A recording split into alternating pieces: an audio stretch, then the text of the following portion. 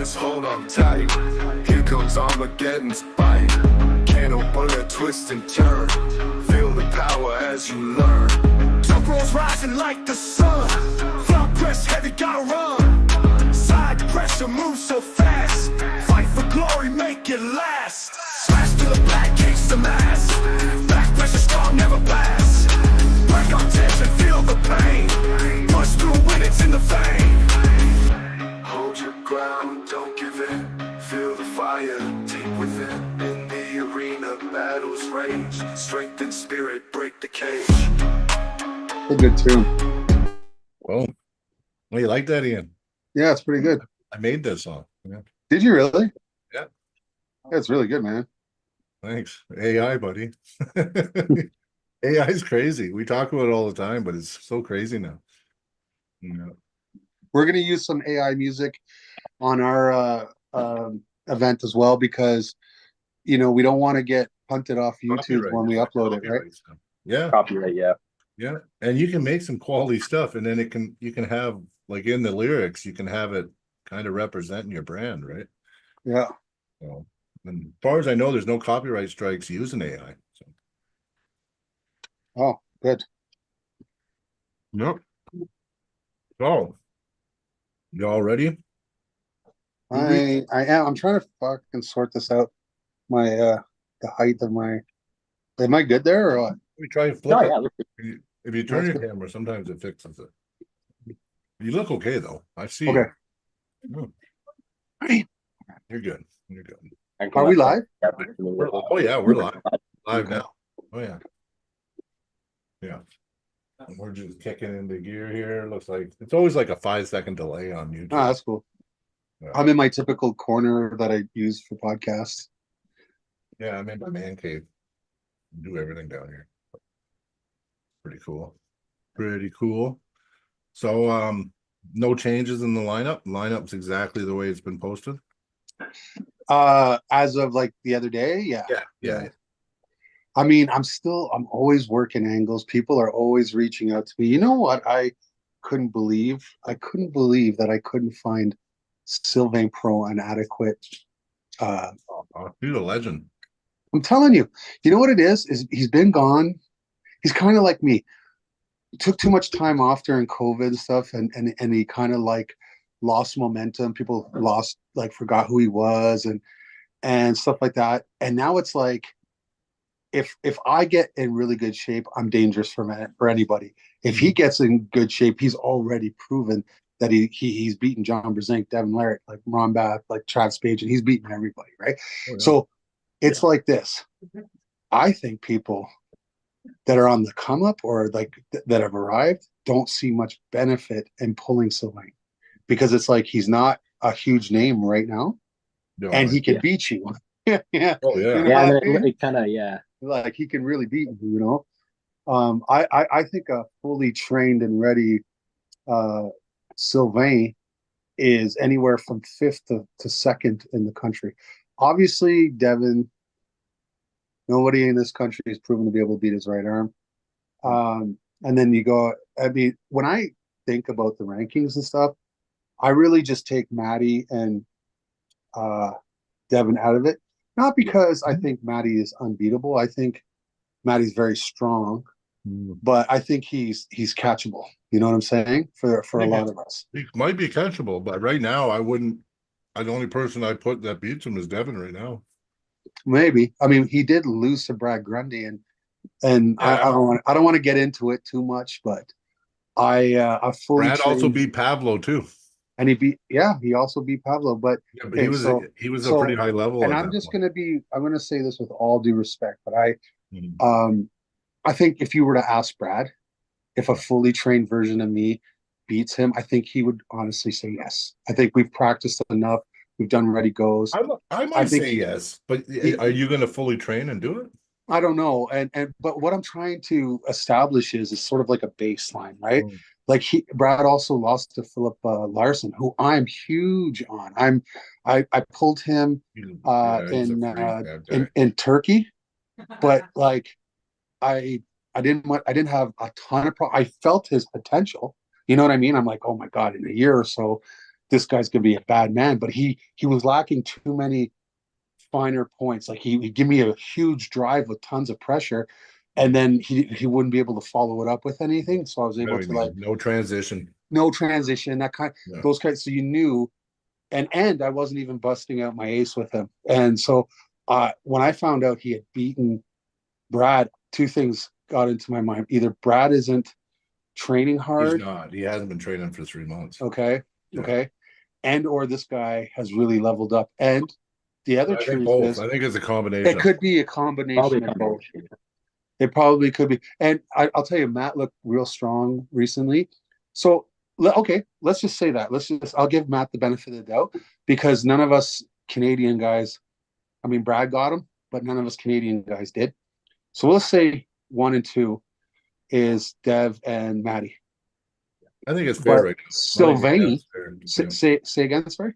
I think that's fair. Like that's a Yeah, fair. that's fair. And they're also competing at the highest level consistently. If you do that, like, you are going to slip up once in a while. You can't stay ready constantly. No, Like Matty is, right?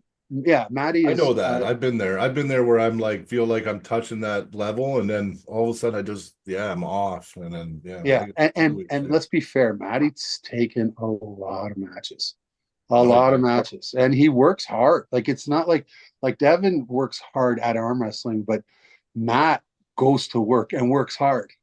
Yeah. Do you know what I mean? Yeah, And yeah. and then has to put in the training. And so it's, I'm not saying like Devin, we all know what his Did you watch career the was Carl like Stanley before. match? I'm just talking about right now. Say again. You seen the Carl Stanley match, right? Yeah. I mean, okay. You know what? You know what? To be able to pull, Carl was committed all the way in, and Matt was able to pull him out. Like that. Yeah, that takes a lot of strength to pull. Let me tell you something. I'm 1 win, 1-0 right-handed with Carl. I'm also 1-0 with Carl left-handed, 2 different events. Yeah. But the one that I won left-handed, he pinned me, and I guess he either took an elbow foul or something happened where we had to restart, and then I adjusted my I knew where he was going, and I completely guarded, and I ended up taking the win, right? But since then, like, left-handed, I went this way, and left-handed, he went. And to see Matty, like to me, I feel like Carl Stanley's a bad man left-handed. He's a bad man right now. He's on the up. He's on the up for sure. And Matt looks like he's really, real strong both arms. Okay, so let's just say that those two. So now I've taken them off the rankings because they're not contestable. Okay, so now you got, and I'm taking myself off the rankings too, because I haven't really competed, like where I'm trained and supplement up. We'll say, you know what I mean? Yeah. Really ready to go since Rick. Okay, which was like last March. Mm-hmm. So I took a loss to Steve Walker. It was. In fairness, a bad man. He's 100% a bad man. I wanted to pull him. I was trying to get that match, but only because he's a legend. Yeah. And I have no excuse other than the truth. And the truth is, I have not done nothing, no supplementation, no real training since that, because I've been in promoter mode. That day that I was there, I was not there to compete. I was there to bring the MAC table, to show I was doing something with James Reed, and I was trying to market the table and the rule set and stuff like that. But then, I'm at an arm wrestling tournament. Do you get what I'm saying? You love arm wrestling, yeah. Yeah, and I figured I felt like I could beat 99% of the field on just know-how. Do you get what I mean? Yeah. And that's what happened. And then I met a real arm wrestler, like a real bad man, and I wasn't able to beat him. I think if you would have stopped, if you were more center with him and it slowed, then I think you could beat him. I feel like if we went straps, yeah, I would have stopped him further. Like it's all that bam. Yeah, right I would have stopped that. Yeah. But I honestly don't know, because his hand and wrist was superior to mine that day. You know what I mean? It really was. I asked him if he wanted to go straps. He said no. He said I was too strong for that, and I was like, all right. And to be honest with you, if I'm not training, right, yeah. I was a little upset and a little bit down on myself for taking that loss, but I've really, honestly, if you go into something and you're not prepared, why should you assume that you're going to have great success? Yeah, but you did good. You did good in the tournament, right? Yeah, I got second, but it Yeah. is Yeah. what it is. The point is, and I haven't competed since. I didn't do anything in the Ottawa Open because I felt guys would throw me off the table. I just started practicing again. And Chris Doucette felt like a brick wall to me, and I was like, oh my god, you know what I mean? And he's Yeah. strong. He's strong. You know, he's on the card and all. But the point, what I'm saying is, if you take me out of the rankings, if you were to keep me in and hypothetically, I was still on par with say last March, then I think there's a real argument for four people to be number one, and that's obviously Josh Bellin, Rick Heidebrecht, Porky, and myself, right? Yeah, And that's fair. the one guy, there's two guys that have proven to be able to beat. Well, There's one guy on the left that Patrick, is his name Patrick or no? that's left-handed. Yeah, left-handed. That's right. Left-handed, yeah. Okay, so Rick is the only guy that's been able to that's proven to win in a super match against two of the other four. Yeah. Right. I beat Rick. Mhm. Josh beats Porky. Porky beats me, but Rick beats Josh and Porky. So I have Rick number one. Yeah, and Josh beats Porky, I think so. I think Josh beats Porky. I think if there was two rankings, I think Bellin would be number one in tournament format, super match format. I'd have Rick. But Yeah, right now, but we don't have that. Can I tell you why tournaments? I mean, it's a shit measurement tool because okay, say there's three of us. There's the three top dogs, right? And the rest are just average dudes. Okay. Then one top dog shows up, whichever two face first, that third guy has a layup. You know what I'm saying? Yeah, because and so it's not a good. The only way to really measure it is head on head and keep doing that, right? I agree. And eventually, but I say all this to say, if Sylvain Perron was at the top of his game, he has a legit chance of beating all four of us. Like totally legit. For sure he does. For sure. You know, I feel like he's done really good in the past. He's an OG. I feel like my pulling style is tough for Sylvain. Like whenever we've practiced, it's generally been 60-40 me, but we've only ever pulled one time, and that was like 10 years ago. And he was a bad man. I was on the come up, and he got me. But he always says that he has a hard time. Like he has a very hard time with my wrist. That being said, this is practice, and he hits like a Mack truck. Do you understand? So you have to survive go with Sylvain. Do you know what I mean? And if you survive go, then you're in it. But it's not like he's got bad endurance too. I mean, I've seen him in crazy hook battles with a prime John Brzenk. Mhm. Like I've seen him in crazy hook battles with a prime Marcio Barbosa. You get what I mean? He's so strong. He's like torn himself apart. He just commits so much. He had that real bad injury that one time. I forget who against, but he blew his bicep against Ryan Espy. Yeah. Anyways, the point is, I'm really disappointed I couldn't get him on the card. He's actually going to be. Can you imagine? He's going to be there. He's going to be at the event. Couldn't find anyone to. And I couldn't find. I had two guys. I'm not going to. Well, I guess I could mention them. They didn't say no because they were afraid of him. They said the date is very tough. The date is very tough. It was tough. It is tough. But can I tell you, I might keep this date. Why? Because we're the only show in town. And basically we'll just invite the top guys that are willing to come. Do you get what I'm saying? If you tweaked it just a little bit though, just a little bit, like a week before, Well, if it was a week before, that'd be the 14th, and we'd be going up against KOTT 13. This year, yeah, this year. But this is what I'm trying to say. And then before that, we would have lost a ton of. We wouldn't have had John Terrian. You know what I mean? Sometimes you just gotta pick a date on the calendar, do your best, and go with it. And yeah, I did lose a lot of. You lost some because of it too, though. Yeah. I lost a lot of Alberta guys that I Marcio, you really. lost Marcio. Yeah.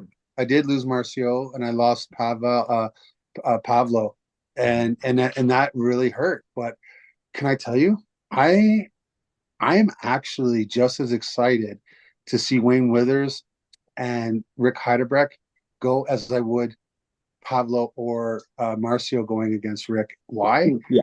Because the styles. You get what I mean? They're photo negatives of each other. Like they're Which you know. which can go quick or it can take a really long time. Like Yeah, yeah. I have my thoughts on how the match is gonna go, and it's a best of seven. I've decided if you're gonna fight for an actual belt, Yep. just letting you know, guys, I really didn't prepare for this. My phone's at 20%, so when I die, that's sayonara, okay? No worries. I'll get But at the end of the day, like it's a best of seven, and I think it personally, not making any predictions on who wins, but I'd be shocked if it didn't go 7 rounds. I would be shocked. Which match is that? Wayne Withers and Rick Heidebrecht. You know what? I don't know. Like, I used to think Wayne, like, really highly of Wayne, but after his injury, I don't think He's just- been he hasn't kicking ass recently. Let me tell you something. Yeah. I thought the same thing, but I also thought Rick was done too after losing been to working hard. Brad and after losing to Mindy and then losing to me. He was on a 3-match losing streak. Mhm. And then he beats the best guy in Canada, like in Josh Bellin twice. Mhm. So, we can say anything. They were bangers too. They went all Yeah. rounds, Oh. everyone. it was Both great. men. Oh, you gonna do that? Oh, okay, thanks. Okay, my wife's gonna Plug you plug in. me in, give me the power. Nice. Good Nice, one. yeah, she's awesome. She's awesome. What was I gonna say? And they were bangers. Both men left it on the table. I know this is cliche, but I don't see any losers in that super match. No. Do you get what I mean? Like it's Yeah. just like there was do you know in the second super match, Josh Bellin was literally one foul away from sweeping that. Yep, I know. I know. Could you imagine? Like, it's like Lotto 649, and you need the last number, And you're one number off. and you're not number off. It's like, oh my goodness. Thanks, babe. Is it true? Honestly, yeah, it's charging. No, we're playing with power. Okay. Well, Yeah. Josh has time to get it back though, right? Say again. Sorry. Josh has time to earn that back down the road. So Listen, Josh will pull at every single MAC tournament or event that he's willing to pull at. He's a MAC puller. Anybody that was on that first MAC card, I owe an allegiance to. Such a great card too. it was. I enjoyed it. I had a great time watching it. Yeah. I'm really disappointed that I couldn't get a Dakota, or Dakota declined. He had personal reasons and stuff, and We then were all gonna go. Yeah. yeah, like all you West guys are such fun, and have been Mac supporters since day one. Before this was even a thing, you guys liked it, Mhm. Oh, totally, dude. Just the idea of it's amazing. You know what I mean? You can't love arm wrestling and not think Mhm. Mac's a great idea. Well, Especially when you watch the first one and you see like the plan come to fruition. You know what I mean? And Yeah. exactly what you said would happen did happen. That's and what that's really the was thing, crazy. right? That's the thing that is lacking in our sport. And of course, I was fortunate to be right. It could have went the other way, but I really believed in it. And I believed in it. Here's why I believed in it. Because when we did a pilot match on pay-per-view in a mixed martial arts octagon, we were given X amount of time, and we kind of wasted time when I was there. And we did 6 rounds. It was meant to be 5 rounds, but we did a 6 round. And we did the whole thing in 11 minutes. And I was like, man, there's no way I'm going to waste this much time. There's no way the promoter is going to ask to talk to me on the side during the match. Like the match was over, but the best 3 out of 5 or whatever, for a couple of minutes to talk about something and then me come back. That's not going to happen. Why? Because I'm the promoter. I'm not going to waste my own time. You know what I'm saying? And so I was thinking, look, worst case scenario, each of these matches are 10 minutes, right? So that's how I planned everything. But that was worst case scenario. And there's no way odds suggest that you have that big of a card. There's going to be a fair amount of 3-0s. And they go. So they're done They go 3.5 quick, minutes, really. 5 minutes, Yeah, right? And so, so like in PEI, when we did the like Jody Harper's event, it was Jody Harper's event under MAC banner, MAC rules, MAC table, right? We did 36 matches, started at 1:20 p.m. Sorry, 1:30 p.m. Finished is at 6:20.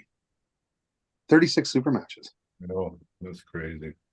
I know a lot of people are looking at like I was nervous to release all the matches right up front. I was like, okay, people are going to see I got 22 super matches, and they're going to think, oh my god, this is going to take till morning. Yeah. And then I'm like, yeah, but they don't know that there's 10 prelim matches, or 10 or 9, I can't remember. And Crazy. 10 prelim, and actually I don't know if there's 10. I have to check. I might have A lot. I watched. and There's 10, there's 10, man. Is it 10? Can you check them if I numbered it correctly, like 1 through 10? Because I think I might have. One is Mike Smith and Nathan Biarfor. Yeah. That's number 1. And then number 6 is William Paul and Nathan Leland. Okay, but check the numbering. Did I go 1 like right through 10? Because I know I was messing around. Oh, okay, yeah. I see what you're talking about. Yeah. Maybe there's only 9. Yeah, I think there's 9. I took a match out. And I'm leaving it just in case something crazy buffer zone, like a buffer area. Yeah, maybe what do you call it? Maybe we find a match. Tim Talmadge says he's coming. And he wants to check it out, and he wants to he's asked me for the rules. So I'm not saying he's going to work or pull this event. I mean, if there's something, if he wants to pull Sylvain, maybe I throw 500 on the table and let's see who wins or something like that. That'd be a lot of fun. I know somebody that wants to pull Tim, and you already have him at your event, though. Is it Joe? Nope. It's not Joe. No, Curtis? No, good buddy of mine right here in Calgary. He's a Red Deer member. Yeah. Oh, okay. Obviously, Curtis. Yeah. No, Victor. Victor wants Tim Talmadge. Yeah, I'm really. Yes. And Victor wins his match, his right hand, and he's feeling good, man. Trust me. Victor told me personally, if I could set up that match, that's a match he wants. Well, I mean, if you want me to back off that match, you go right ahead. No. I want to see it happen. I'm just want to see it. I'm just putting it out there. I'll tell you, I'm exactly the same as you when it comes to Jonathan Therrien and Jason Merlot. I want to set that up. Yeah. I really want to set that up. That's a good one. But I would love it if the Knuckles Up put it up too. Yeah, because Jason Merlot was at every Knuckles Up, right? Yeah, like I don't really care. I just want to see it for myself. 100%. You know what I mean? And I'm willing to pay for it if Jason was going to do this. It's just the timing. December 21st wasn't working for him, and that's fine. It's 4 days before Christmas, Yeah, listen, I really wanted to pull Tiny. I did. I'm hoping that I didn't wreck all my chances, because I mean, you know what? Wreck what chances? What wreck what? Competing at MAC, man. Obviously. Why would you say that? Well, because I couldn't make it happen. Fuck, man. It doesn't matter. Listen, Marcio said twice that he was going to come, and then he couldn't come. And then there was a lot of factors on my end. Jason Merlot, Rob Vigent. These are all guys that want to pull, and just timings, like my timings suck, and that's fine. I'll work on something once we're a bigger promotion and people start seeing how legitimized we are, how fun. Here's the key. You know what? You want to know what the truth about MAC is? The MAC is trying. We play a children's sport that is, like that adults are doing. We're playing a kid's game, okay? And what is the point? Why do kids play games? It's to have fun, Yeah. right? Have And fun. if we're not having fun, why the fuck are we doing this? And I'll be honest with you, for a long time, like when the WAL stopped, I was having fun with that, and I was like, it's this close to being perfect. This is my thought, but I'm having fun. And when they poo-pooed, I could not wrap my head around going back to a strict WAF. I was like, man, no, you fuck. can't, no. First of all, I have to pay for my own matches again. Screw that. You know what I mean? I have to. Yeah. I was back to being an amateur, and I just like, all right, I'm done. Bad attitude, But then I'm like, you know what? Tasted the sweet life.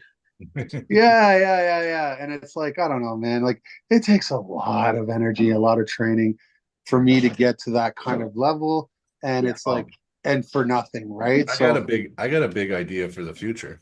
Okay. How about we make the first MAC event East versus West Canada? How can it be the first? Well, it'd be like a MAC event, and it'd be like Western Canada versus Okay. East Canada. We You know could what do I'm saying? that. Directly. We could do that, but we can't call it East versus West Well, because no, you can't call it that. I know that. West but versus East. we could go, yeah, we can switch it. We can just turn it around. yeah, I'm gonna say I like the idea. Let's just reword it somehow. Yeah, well, that's fine. You can call it anything you want. I don't want to mess with anybody. I like Robert Braxter is a good friend of mine. He's invited Andrea and I to his place. Oh yeah. Engin Tarzi and I have known each other for 20 years. I'm not about to. Well, no, blow but the that idea up. is East versus West. It doesn't have to be Even called, like a we coast to wouldn't call coast it showdown, coast to coast showdown or something Yeah, like coast to Yeah. coast Okay, showdown. Yeah. Yeah. that. You know? Yeah. No, I like that. Yeah. I mean, yeah. But the thing is too, like, Brian, I know you want to be part of this, so you had legitimate reason why you couldn't make it. I don't have a problem with that. You know what I mean? I know. And can I tell you, I'm also one of four, and so when we discuss cards and matches and stuff like that, like none of who's on the board has a problem with you, and so we're good. We're certainly good. That's good. The coolest thing is, MAC3 will happen eventually, Yeah. and what we do, where we go, maybe we experiment with out west United States, maybe close to the border, so you guys can jump over. Do you know what I mean? Yeah, The other Yeah. thing, I'm going to the wife and I are going to KOTT 13. Oh, Nice. I'm gonna go And ahead. I I had wonder- to cancel that too. Did you? Yeah. Oh, that sucks. It's just money. Money's tight this year. I gotta just take it easy. Well, you spend a lot, bro. I Let's did. be I have let's some- be real. You probably outspend me significantly this year, and I feel like I'm still paying, bro. I'm still paying. I have to I pick don't, up a I friggin' don't owe any hat money. order. I don't owe any money, but yeah, it's Yeah, like, yeah. it's been out of pocket for sure. I'm really stoked about this card though. Like Oh, yeah. I kind of went Maybe we off a should little talk bit about a on couple that. of the matches. Yeah, we should. Yeah, 22 matches plus 9 prelim and a 6-man round robin. And I'll tell you something. We got the place from 6 a.m. to 2:30. We're gonna have a after party with a bunch of after pulling, and we're gonna let the cameras roll, so people can watch. Well, it's gonna be an actual after party. And I didn't want to do a tournament because capacity. Oh yeah. You know what I mean? It's like a 200 people capacity place, and it's just like between athletes and staff, that's 70. Now everybody's got a +1. You get what I mean? That's 140. Now I got 60 spots for regular fans. You know what I mean? So it was just to add a tournament. But what I will do going forward is we're gonna have a lot more just tournaments, so people can get on the new table. Yeah, that's the other thing I want to say. KOTT. Do you think they'd have an issue with me bringing the MAC table there? Because they want to do pulling afterwards, right? I think like it's an arm wrestling table, like, I don't, as long as I don't go political and all my thoughts and why I think this is better or whatever, Yeah. it's still an arm wrestling table and I mean, guys, I would think they'd be okay with it. I mean, it just, I yeah. mean, yeah, as long Wait, as see, you're not trying to promote over them, you know what I mean? no. I wouldn't do that. And this is funny. I didn't even do that when Knuckles Up invited me, and they asked for me to bring the table. You know, Yeah. and so it just goes to show you, like, there's a lot of, camaraderie and stuff like that. Well, of Um, course, and we should be. I mean, there should be. That's what I yeah. want. That's what we all want. Well, hopefully they, I mean, Engen was a sweetheart to Andrea and I. When we went over to Turkey, gave us man, he gave me a free strap, free jersey, free deck of cards, um, free tickets for Andrea and I. I mean, he didn't have to do that. I'm not on the card. I was just a fan, like, and I did have a polo for him, and he actually wore it on one of his podcasts. Have you ever watched him? He wears that Red Deer shirt like once a month at least. Does he really? Yeah, That's Yeah. awesome. yeah, he does. Yeah, He's I think his awesome. wife was impressed with the polo shirt too. We got him a nice one. It's like collar. It's really nice, and it was embroidered. It wasn't like sublimated or anything. Yeah, I have to say that about Ingen. You know what? I mean, all the drama on social media and everything, the guy's done so much for our sport, and he does represent. Like I said, I seen He him does. a few weeks ago. He's wearing the Red Deer shirt again. Yeah, You know, he is. I mean, and now he's got Robert Baxter, a real solid, legit businessman. Yeah. I mean, now they got ESPN involved. Like, he is really. He said he was going to get it arm wrestling to mainstream, and that's all any of us really want. Really And want, yeah. I hope that my style, it gets accepted and is able to do the same thing. But I really, like, maybe I don't personally look at myself as East versus West competition. you're I not. have completely different goals than them. You know what I mean? Like, I really am trying to promote North America. If Europeans want to come, that's fine. Yeah. We have a Georgian on the card. We have a Russian on the card. It is what it is. You know Well, what I'm see, saying? that's what I was saying. I was saying if we build it big enough here, then there's no debate. People will come here. Yeah, Yeah, they'll fly That they- here. Yeah, it's yeah, like yeah. we're going everywhere else because that's where it is. But But if my it's here, goal, they'll come. I feel like East versus West wants to know who is the best arm wrestler, the best talent Yeah, in a in the very world. strict um, format that is arm wrestling the way they see it, and I have no problem with that. Um, I don't see it as the way that the masses will consume it. Okay, I don't see it that way, which is why Mac is more for entertainment. I handpick my cards so that I'm not having the most difficult people to deal with, because we have a specific rule set and we have a specific way of doing things. And, You had a and if cool. we got guys on there arguing for 25 minutes with the referee about, well, that's not this and that's not that, then it's killing the vibe and it's killing the Yeah. point. No, I That's agree. why. I agree. You gotta That's have the why. same vision. Yeah. Huh? Yeah, Yeah, my Listen, goal you just is, had a good comment, Ian, in the chat. It says, Ian Carnegie, if I supplied an arena in Canada, would you and could you supply some MAC tables? I love the MAC table concept. And that's from the YouTube walls. well, tell this person, say, we are still waiting on the final product, like the one that's being built by a professional manufacturer, and they're taking their time with it. They're doing embroidery on it. Listen, this is going to look like the Starship Enterprise of arm wrestling tables, right? So Yeah. we're doing it real nice. It's going to be nice and unveiled. But to be honest with you, we haven't had the sit down talks as to what these tables are going to cost the consumer. You know what I'm saying? Like, Yeah, I know. so I would imagine that they're going to be a little bit more expensive than most tables, because there's going to be embroidery. Everything is professionally done. You understand what I'm saying? Like when you guys see the table, and I'll start releasing, like, step for step how everything has been made, and it's just tons of care, tons See, of I'm glad professional. you're talking like this now, because a few months ago, this was not your tune at all. It was like, I'll give you the blueprints. I'll give you the, you know what? This is what I'm talking about. What you're talking about now is definitely what you should be doing. Oh, hold up. I am not trying to make a monopoly on MAC tables. No, but you should. I mean, you give away all the blueprints, then people are making them and using them. But it's. I don't mind that. I know. I don't mind that because honestly, like I understand from if all I was about was money, then I get it. No, But I get I'm it. really not. But it's okay to make a little too to help grow Mac, right? I will. Like these guys right now are the only people building these particular Mac tables, and they are slightly different than the ones that we made. Yeah. They're just more ergonomic.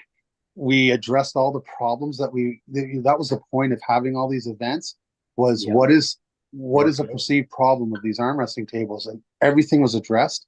And they have a guy who made digital CAD, you know what I mean? And we said, okay, well, if we adjust this and this becomes wider, this becomes longer, you won't have this problem. This, you know what I mean? All kinds of stuff. And he was able to do it by fitting it in the same dimensions as a WAF table. Like Mac tables are still WAF tables in terms of they're so long and they're so wide. You get what I mean? Yeah. And so it's the same, it's just everything inside is different, and it's done differently for many reasons, as I've said before. So it's refined, right? It's very refined compared to a normal arm wrestling table. This is way more refined than a normal table. Well, it's an actual table that has professional R&D put into it. It's the only one, I believe, that's done. And people could say, well, what about Igor Mazurenko tables? Well, yeah, they put R&D into what already existed but changed nothing. Yeah. Do you get what I mean? Like the dimensions are the same, everything. They just made like different screws, and you know what I mean? But this changed the layout of pads and stuff, right? Yeah, they didn't change nothing, right? But this one is it's pretty special, and I'm very, very excited. And hopefully when I see them, when I pick up, we're going to have a meeting and let's discuss what it is that we can actually sell these things for. So maybe that, because they're going to distribute it. They have their own distributing as well. So you could literally pick up the phone, order it. I would like a kickback, but to be honest with you, if they can only say we can only sell these at 1,500 plus shipping, okay, I'm probably not going to ask for any kickback. You get what I mean? Yeah. Because I don't want to push. Have that much money. Yeah. I don't want exactly like some guys will come back and say, well, I can get 2 WAF tables for that. Do you know what I mean? And so I kind of, at this point of the game, I really just need my tables to be distributed all over North America. And one guy wants it from Tokyo. He wants he wants one. Yeah. That's awesome. That's awesome. Yeah.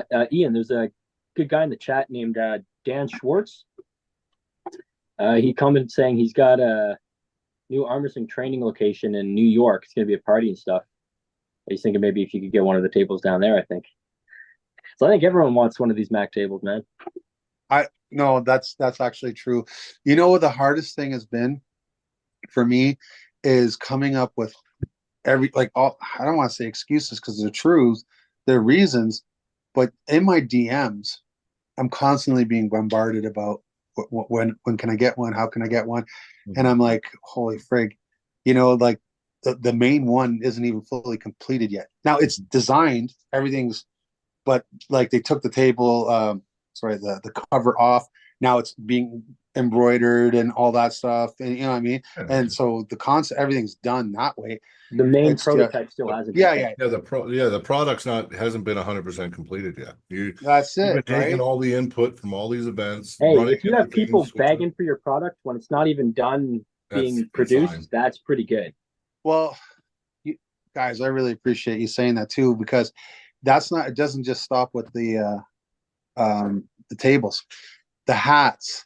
I had an issue with lids. They finally just gave me the last bunch of hats that I wasn't about to order a bunch of hats again when they haven't even completed the first order, right? Like that doesn't make any sense. It just get lost. It took months for them to get it sorted.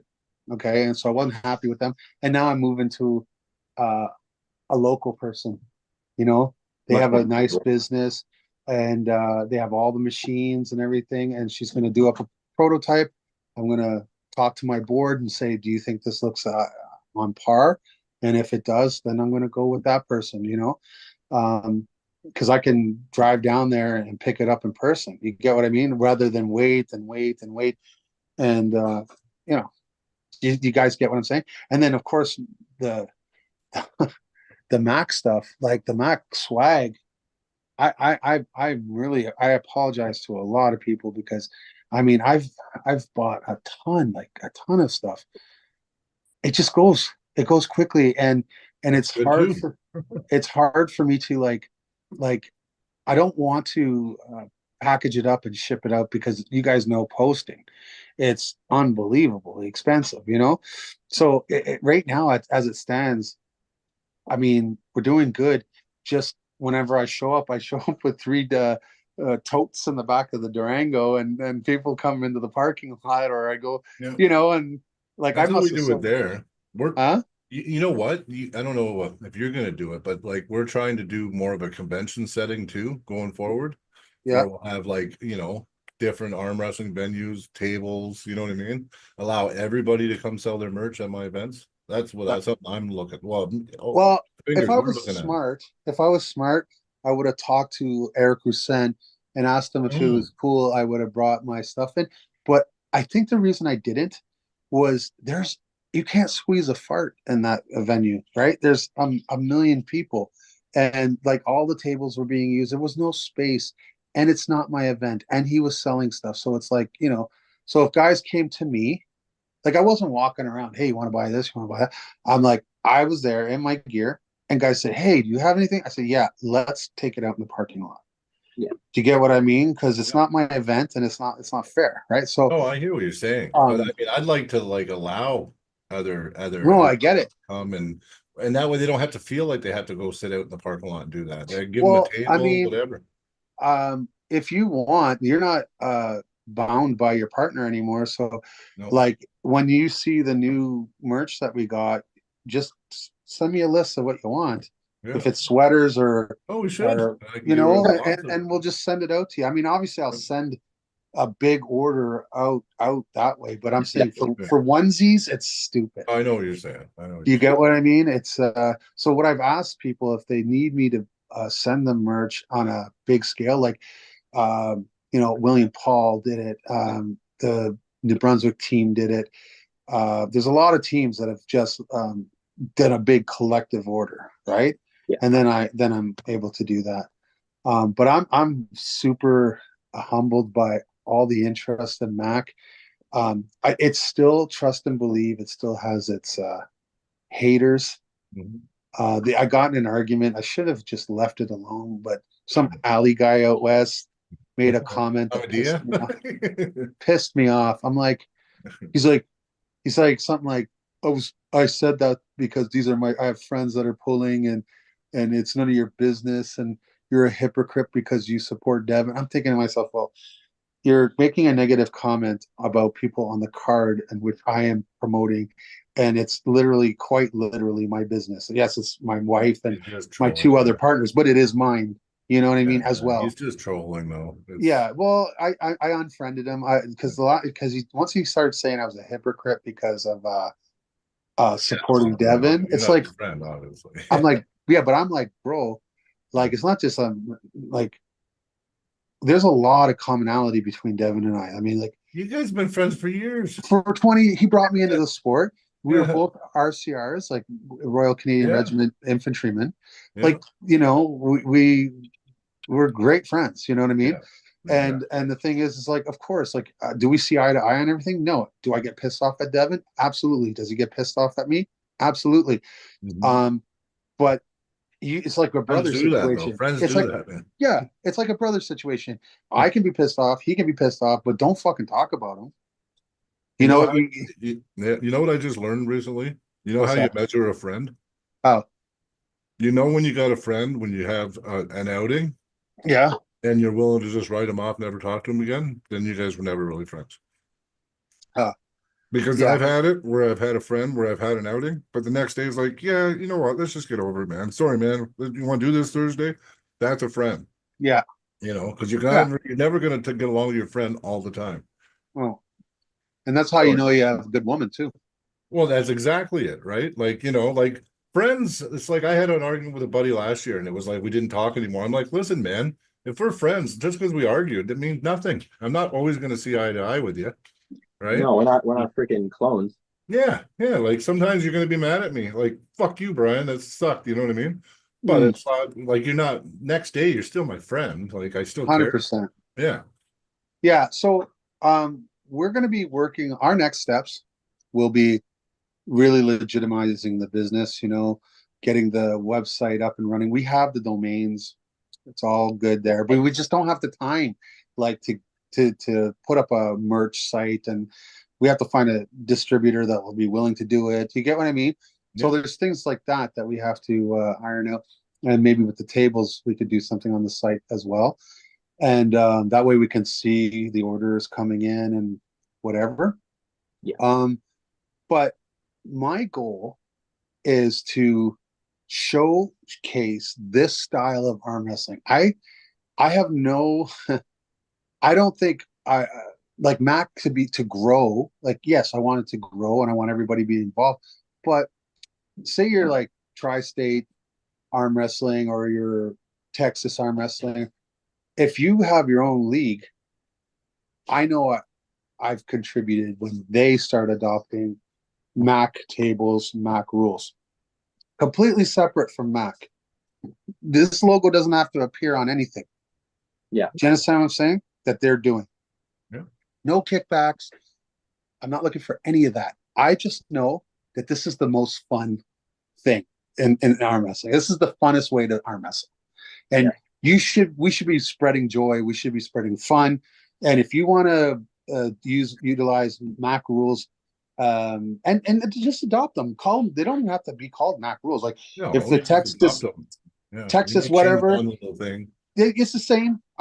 There's I don't care. And the whole like blueprint or CAD, I don't know how this works yet. And my spouse is going to come and we'll discuss it with them. But like, I don't know who owns the intellectual property. Like, do I own it or do they own it? Like, you get what I mean when it comes to the CAD?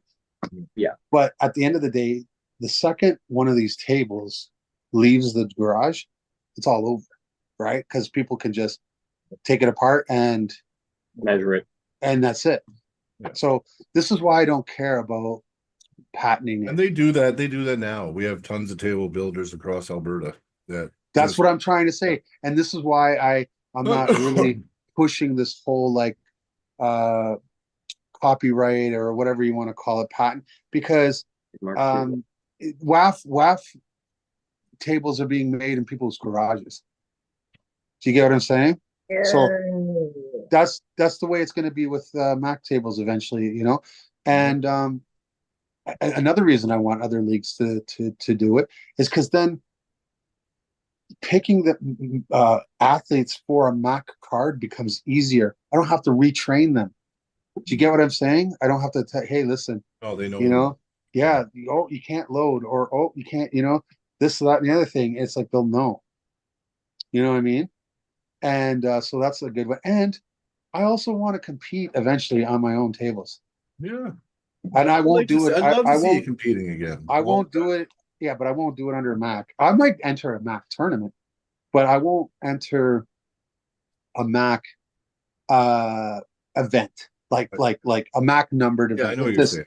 Okay, what if there was a Through the Fingers event that had a Mac table? Well, yeah, that's what I'm saying. Yeah.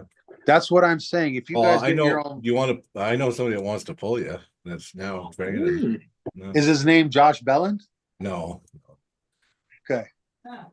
Because I was like last year, I would have took that like right away. I would have took that. I'm sure Josh would pull you. I'm sure Josh would love it. No. Right now, I wouldn't. I don't want any part of Josh.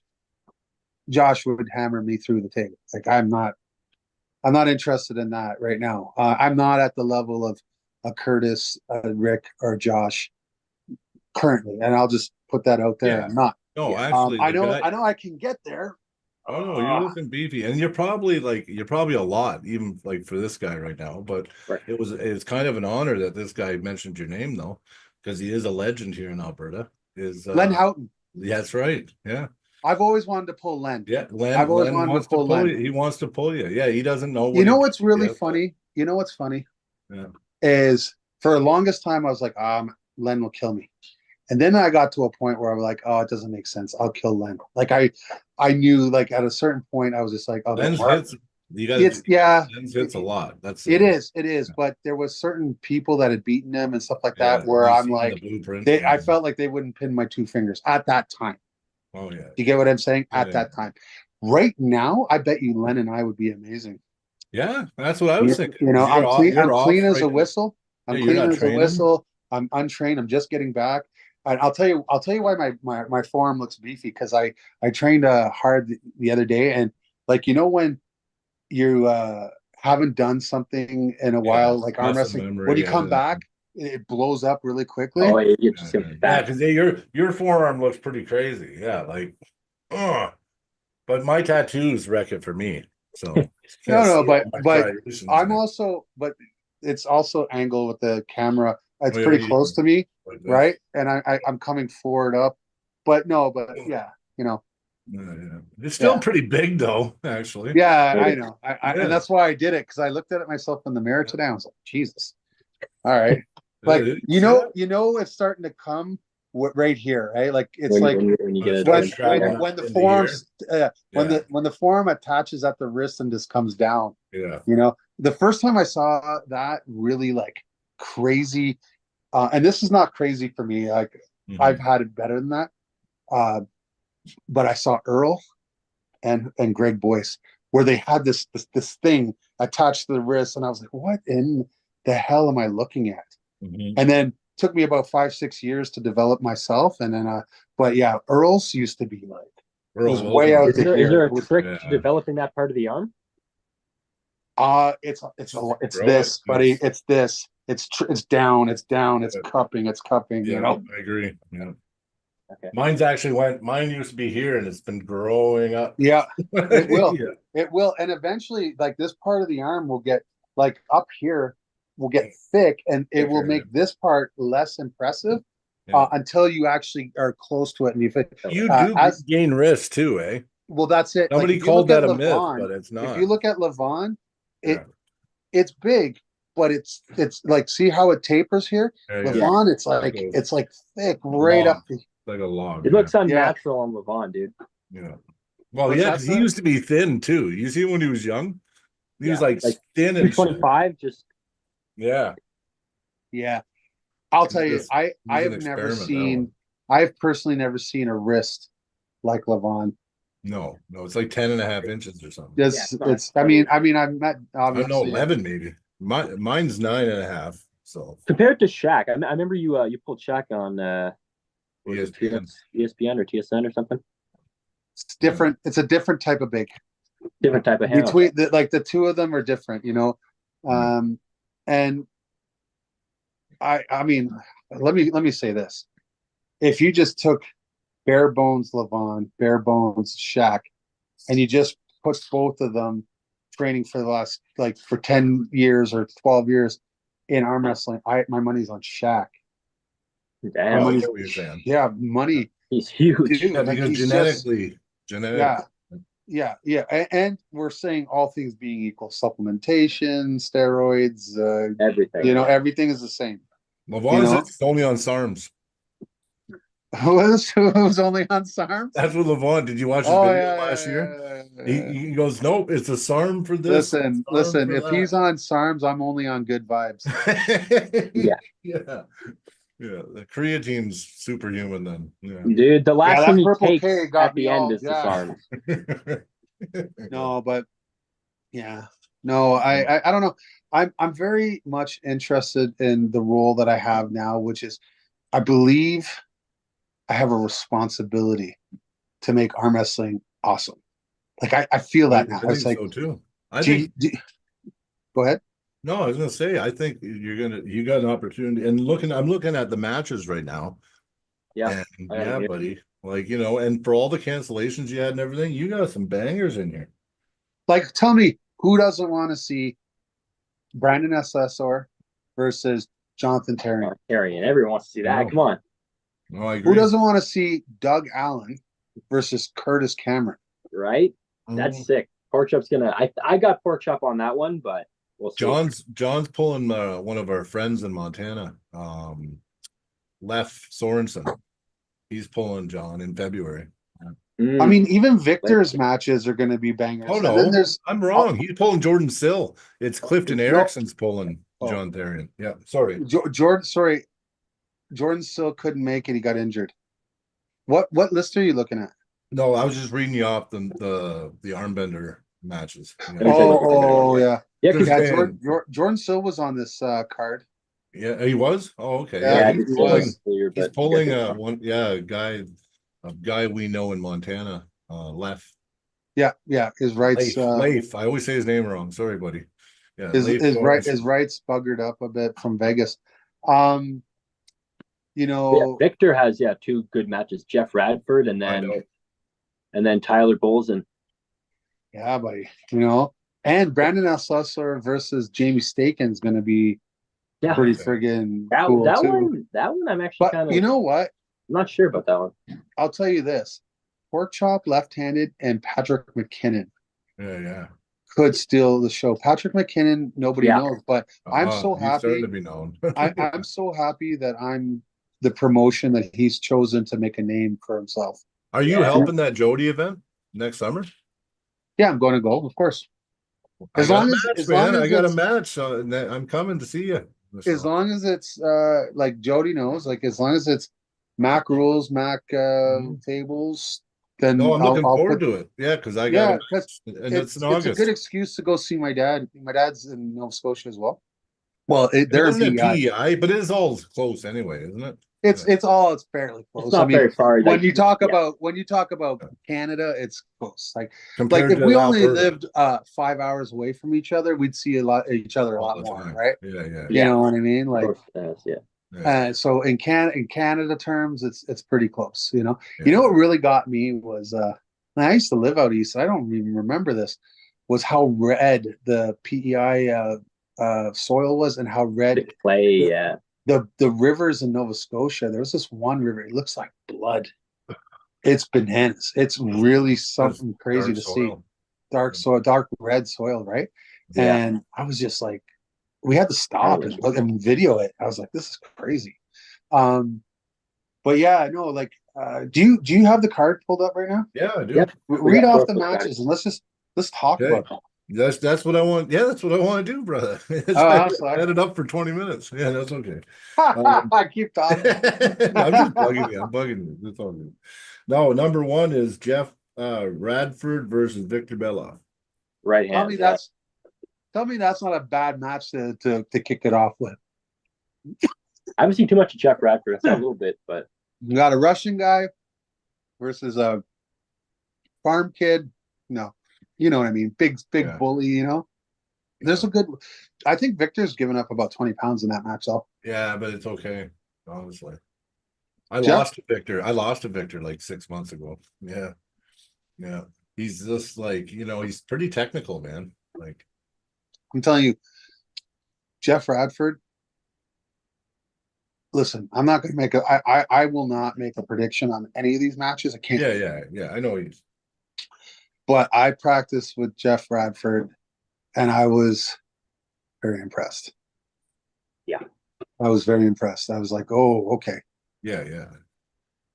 Okay. And then, but Victor has plenty of He's reasons to be confident. He's a Oh, yeah. bad man. Like, I look at it this way. If you know who Victor Beloff is, then you know he's a bad man. And if you don't know who Jeff Radford is, you're gonna. That's the way I see it. It's gonna be a good match. So it's gonna be a good match. Okay. What you guys can go ahead with your predictions. What do you got? Well, I'll go Victor because he's my boy. So Okay, and now I have seen a little bit of pulling of the other guy, and I think that's your heart. What's your head say? Victor. my head's gonna say Victor based on what I've seen, even just in the past year. I've seen Victor do stuff that Just so you know, though, we had this. You guys predicted the exact same shit with the Josh and Rick. You guys swore to me. Yeah, Both I of did. you. I But felt that that way. match Though. was super close both times, You right? got to remember, It was like right you on the said, hair. one foul, Ian, one I foul know. away. In a different, if one thing changed, Josh I could have know. won that 3-0. Could have been cool, but No, Yeah, I'm just fucking with you guys. I'm yeah, just yeah. fucking So with you. that And one, listen, yeah. Rick Heidelberg, and everybody knows this. He's one of my very best friends. Okay, love him to Good death. guy. Good guy. I feel like I've made a commitment to my referee staff, and I'm going to tell all the athletes this too. I didn't like when there was a foul call or sort of an early pin or something like that between Rick and they brought me into it.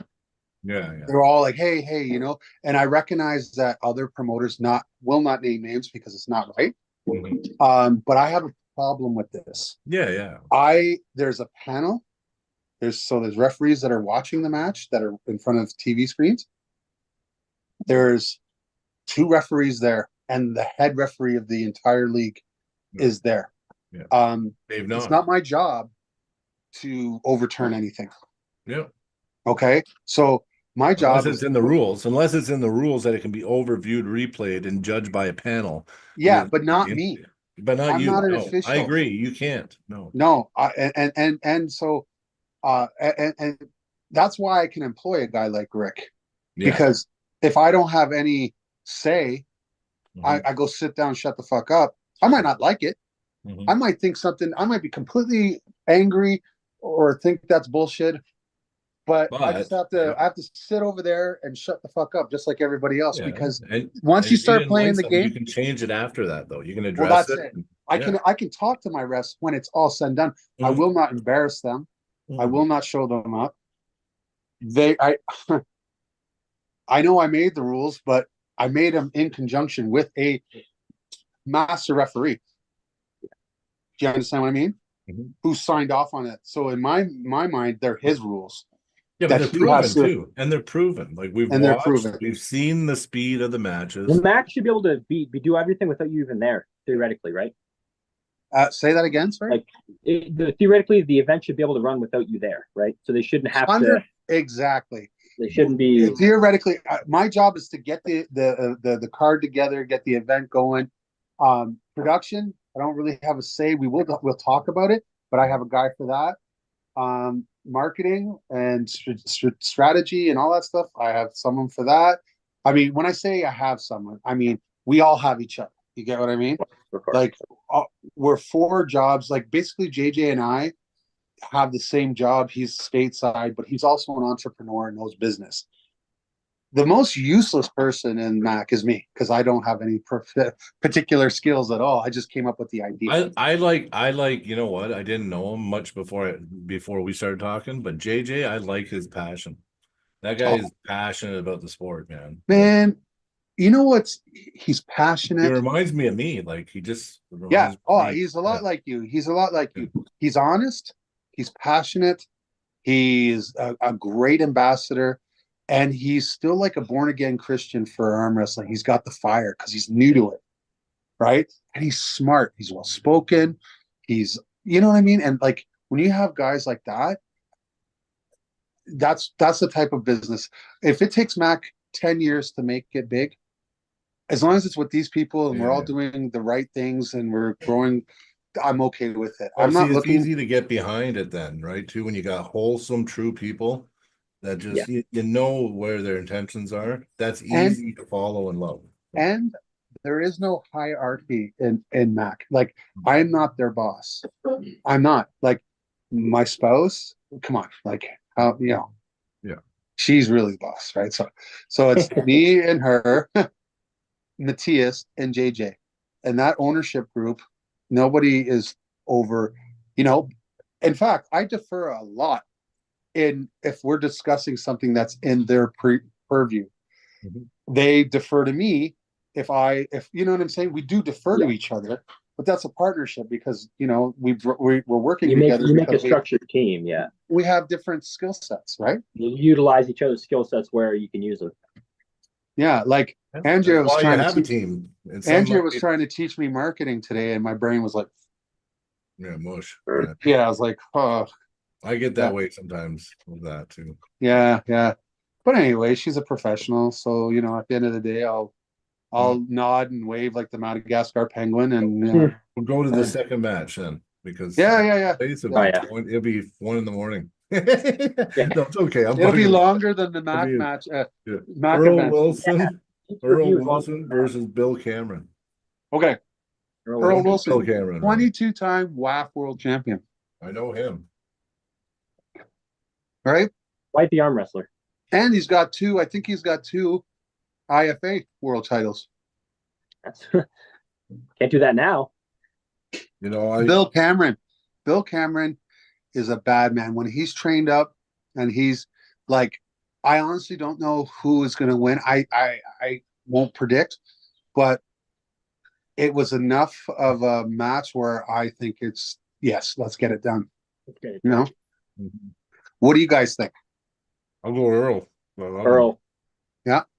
I've heard a lot about Earl over the 3 years I've been in arm wrestling. I haven't heard too. He's I'm not so saying that means more statically than it means solid. anything, but I've just heard a lot about Earl. So Man, when I got in, he was so intimidating. Oh, he was so he was just gnarly. He looked like the missing link, Yeah. He's like, oh, there's the bridge right there. He was just just human, half gnarly. He was incredible and fast, and his hand and wrist was unbelievable. It was just like a piece of iron. Bringing that up, I just had a match idea in my head. Okay. Maddie versus Sarah Wilson. Who? Do you remember? I think her name is Madison. Oh, because you said Maddie, and I refer to Maddie as I'm just thinking in my head. I'm like, what are you? I thought Matt Mask. I'm like, no, I'm thinking Madison. Remember Madison Walker. Madison Walker. That's right. Madison Walker, Steve Walker's daughter. Steve Walker's daughter, the great Steve Walker versus the great Earl Wilson's daughter, Sarah Wilson. That's crazy.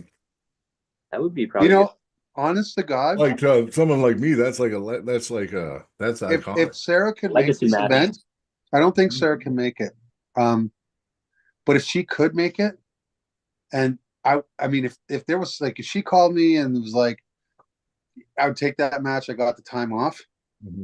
I would call Madison and try to hook that up. I said to Madison in Montana, I said that I would definitely because she said that's her dream is to pull Sarah Wilson.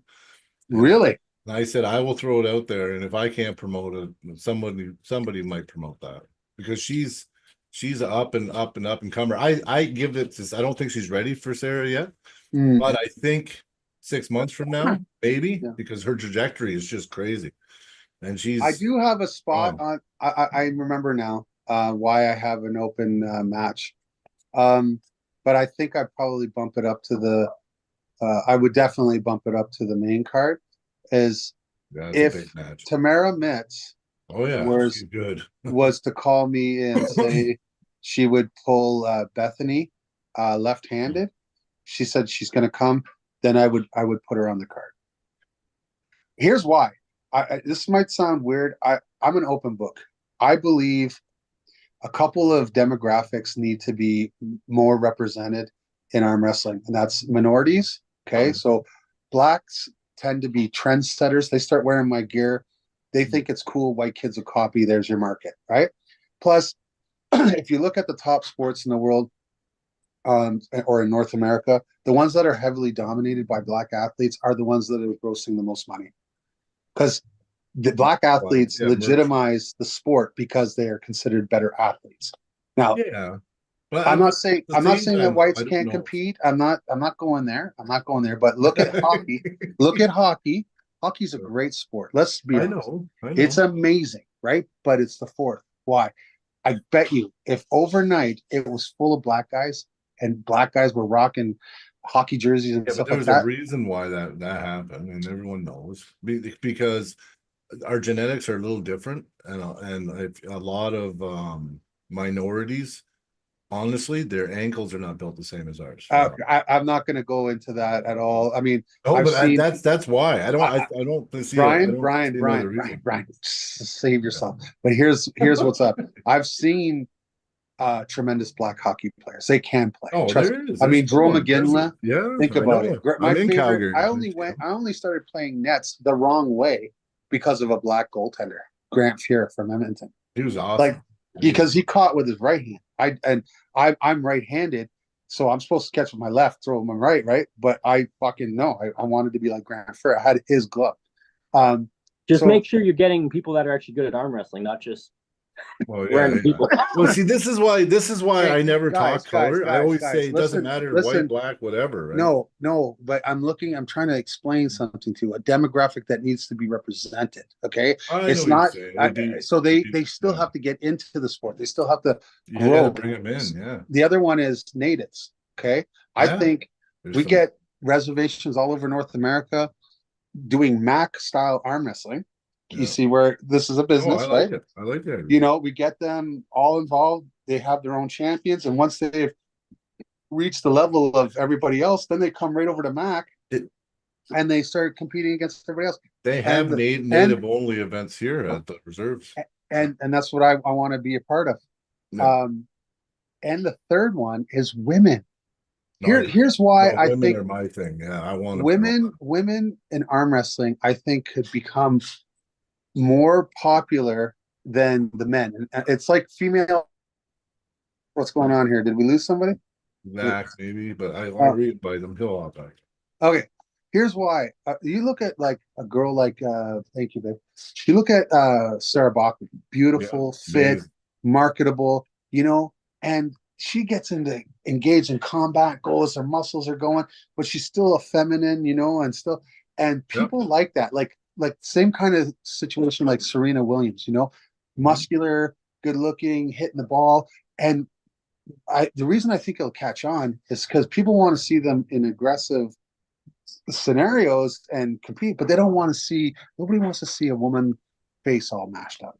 No, I know what you mean. They can engage in combat and have zero head injuries, you know, like that's the way to go. And it's just very, very difficult to get high level women matches together. It's like I don't even charge women entry fees. I want to do that as well. I want to do that as well. Until it's a significant number. Yeah. Then it'd be, and even then it would be like half the price of a regular. You got to think. Imagine this, okay? Imagine you go to every tournament and there's one other person. You got to pay $40 to arm wrestle someone that you already know you're going to win or lose to.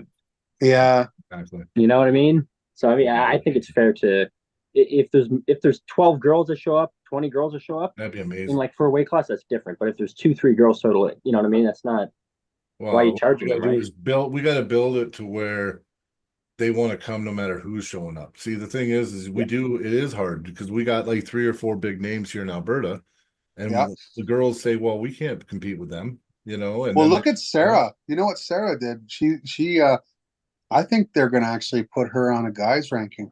I think she beat in a tournament against guys like a month ago. Yeah, hey. Yeah, she did. She beat a guy who was ranked 10th overall in Florida, and I think they're actually going to give her that ranking. You should. Overall, why not? If she matches the weight. Yeah, that makes sense to me. Yeah, if she outweighs him 30 pounds, then maybe not. A big thing is with arm wrestling, especially, you got to put so much effort and time in for little payout. You got to really love it.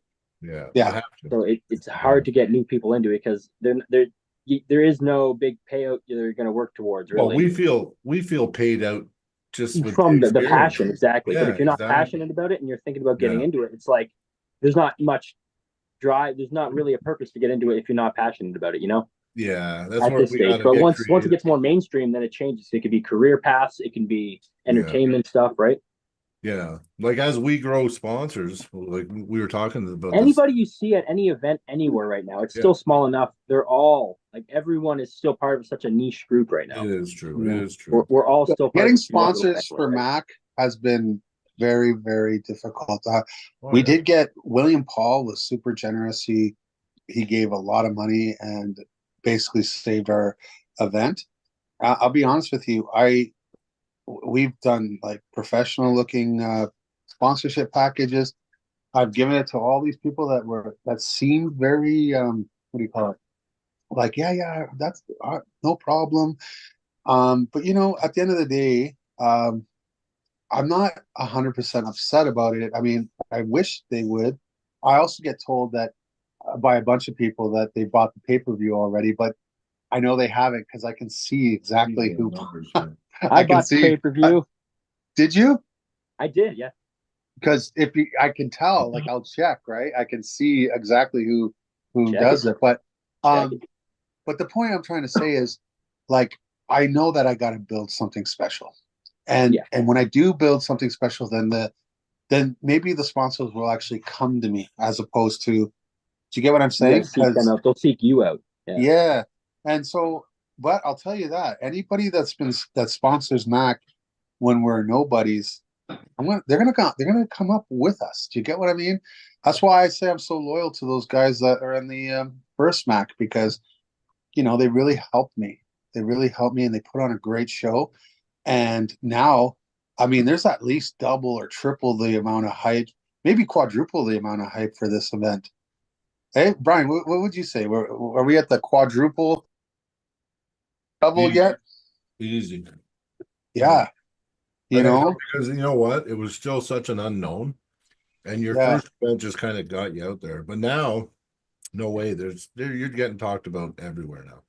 So I'm almost at 500 uh, hits to the Mac order page. Mm. I'm not saying they buy it. I'm not saying they all buy it, but they went through and they see just what the pricing was. That's a very good sign. Like Mac One, I think it was like 1,000 of that. You know what I mean? Yeah. And we're almost half, and it's only been out for 2 days. Well, I seen it. I looked at it the first time just now. I clicked on it. Yeah. So I'm somebody that usually buys it like within a week before. So I'll probably buy it. No, most people do. Most people do. But I'm just saying, like, and we haven't decided whether we're gonna up the price rate before the event either. Like generally we do early bird stuff, right? But the Yeah. thing is, like there was a complaint that Mac 1 was too expensive. And we took that serious. Like if people are complaining that it's too expensive, then it's too expensive. You know? I mean if one guy says it, then okay. More thinking Well, it. But if more people say, you know, it was a bit expensive. So I said, okay, so $9.99. You know, I know for Canada, obviously this is it's all in USD, right? But you know, at the end of the day, it's still very, very cheap in comparison to a lot of others. And you know, you're gonna get to watch a lot of arm wrestling, and it's not gonna take you 8 hours. Mhm. You know what I That's mean? what we love about it, honestly. Yeah. You know But what? there is a point. I think just production. You just keep upping your production, and that's where the value for what you're charging really comes in. Like people, they won't be able The to say, production is gonna be Mhm. it's gonna be night and day. Like we Mhm. have way more cameras, we have higher end cameras, we have gimbals, we have like chess rigs that you know, so you know like Yeah. it's so different now. Oh, that's awesome. You know what I Remember, mean? that's what I said. I didn't. The only critique I had, and it wasn't even. It was just that going forward, just keep investing in your production because that's Yeah. what's gonna, that's where it's gonna be at. Because I think your concept's great, the match speed's great. I like the rule set. I love the table. I mean, now it's like, yeah, the more that you grow that production, and the better you get at it, like then that's gonna separate you from everyone else, right there on Well, entertainment value as well. Like, because we have real cameramen now. yeah, mm-hmm. Like, you know, before it was just buddy, hey man, you mind? Yeah, sure, no problem. Yeah. Now we actually have people that go to school to be camera people, like editing and guys like one guy was in the military as a camera person, you know what I'm saying? So now we have like legit people that know what they're doing. Yeah. No, I'm excited, man. Like, yeah, I think Our banner, get this, our banner area is going to be about 40 feet. that's awesome. We got like a 12-foot banner, Yeah. and then we got 5 feet of like curtains that people walk through, and then Yeah. beside that is another two 10-foot banners. That's awesome. Yeah. Well, you like I said, you had a guy in the comments. He said that he's got access to a full arena in Cambridge, Ontario. So if you ever want to hold an event in Cambridge, Did he say he wanted me to hold an event, or he just wanted? just go back and look at the comments after, and you'll see his name, everything. Yeah, I don't know. He just said something about a MAC event in Cambridge at a big grand arena. Hey, listen, I don't know how to get a hold of him. If he wants to shoot me a message, we can exchange numbers. We can do business. Like, Well, if he's still on, yeah, I'm sure he's hearing you, and I'm You sure know. he can message you personally, PM you. Yeah, it was the YouTube wall that sent that. Yeah, the YouTube wall, yeah. so like, anybody that wants to work with me, we're gonna do it. Like if it's mutually beneficial, Yeah. Well, And that's why it's good just to get it, even the little podcasts and shit, you know what I mean? Like, yeah, boom. People see it, they get into it, and fuck, that's awesome. I think that's awesome. Someone's like, yeah, I got an arena. Like, I don't fuck even care if there's two people that watch this. I like you. I like you, Zach. I mean, at the end of the day, Zach, you got your mic muted, eh? Oh yeah. Yeah, my dogs are just being loud. I didn't want people hearing. Oh, okay. At the end of the day, like, I don't care. I like doing this. I like having a platform to say, and maybe, as you guys grow and Mac becomes bigger and badder, it's not like I'm going to be like, oh, I'm not doing the podcast anymore with you guys. Like maybe We grow Mac with it. becomes like your signature Yeah. thing. You Yeah. never know. Yeah. And then all of a sudden you're in the thousands and thousands and thousands of viewerships, That'd be awesome. I mean, that's our goal. But I mean, Well, that's the point of what I was trying to say is anybody who's going to sponsor us, anybody who's going to pull for us, who believes in us, it's like we don't even look at ourselves as the boss. Like we're okay. So, for example, if John Terrian and Brandon Alsusser, they want their own poster and they want their promo codes. Okay, we're not doing that for every athlete because we did the first event like that, and there was like more than 3/4 of the people didn't sell a single thing, right? Yeah. So it's a lot of effort to have nothing done. But if you want to, because you believe you can sell, then we give you half the profits. We're already paying Brandon and JT. We're already paying them. You get what I'm saying? Yeah. And we're going to give them more money if they make sales. Well, yeah, I mean, and So we don't look at what I'm trying to say, Brian, is we don't look at like you come pull for us. You're not my employee. You're my partner. Yeah. You're my business partner. You're an individual, independent contractor, and we're mutually benefiting from each other. Yeah. And that's how that's what I want. Way I want Mac to work. That's a good way to work it. Because it's all about community in the end, right? So we all need to be together. I will say this though. Mac has rules. We have rules for on the table, and we have rules of conduct. I have to play within those rules. I'm not manipulating. I have to play. So as long as I'm playing with those rules, I expect you to play with those rules. If you don't, we don't have to invite you anymore. It was the way we look at it is it was a bad working relationship. Yeah.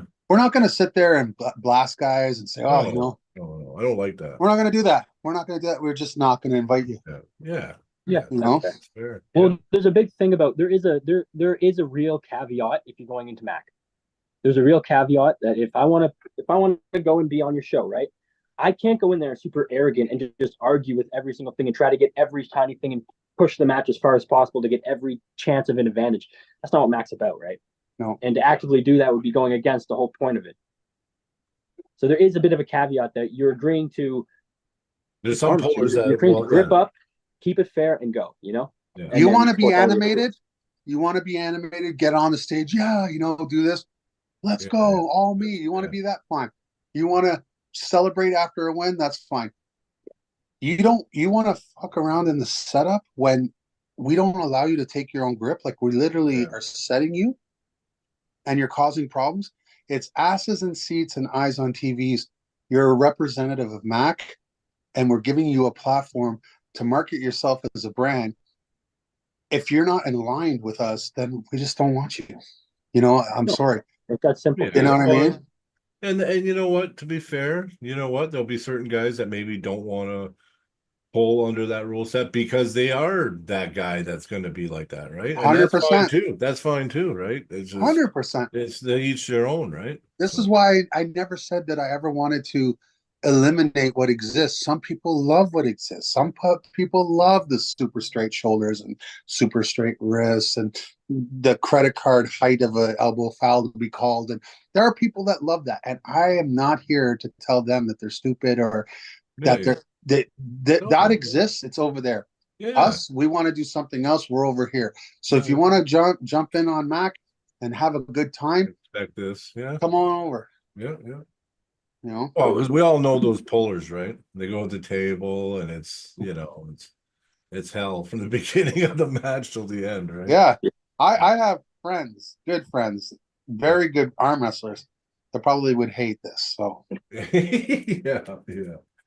But so, and that's fine. That's fine too, you know. But fine. yeah, On everything, right? I'd be willing to pull both. I mean, I'm open to everything. I think I just love competing, right? Exactly.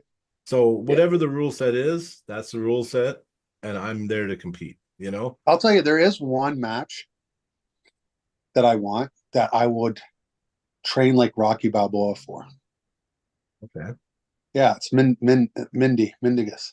Well, And okay. Sarasitis? Yeah. No. No, Mundagus, Dulcus. Adulskus, or yeah, Dulcus, the one that beat Rick and Arm Gods, Arm and guard, the one that beat BJ Fukakis, that guy, Mhm. Mindy. I like him. He's a good guy. Dulcus is Have you he's trained good. up? Oh, I think you beat him because he doesn't do I anything. He really doesn't do think no gym, no nothing. I really think I beat him too, but he is certainly very close. Dude, his hands might be a bit stubby, but they're thick. He's I fast. told him I They're told him pressed. on the practice table, we're very close. Very Okay. nice. Yeah, I'd like to but see that's that match, too. style, and he's all about hits.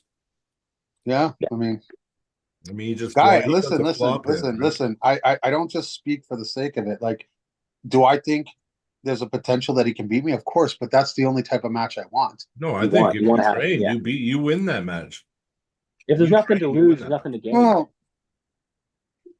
I think I win that too, but there's a high potential that I could lose, and that's the type of match I want.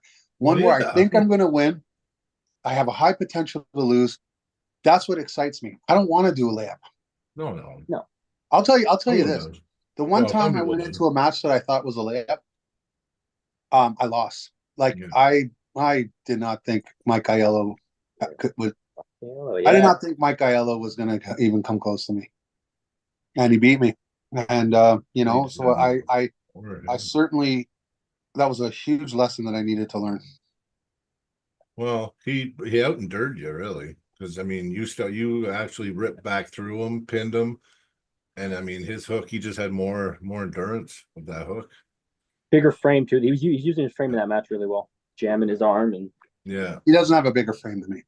no, No, his frame's not bigger. No, he's more muscular. He's more muscular and he's that's taller. fair. Okay. Yeah. That's fair.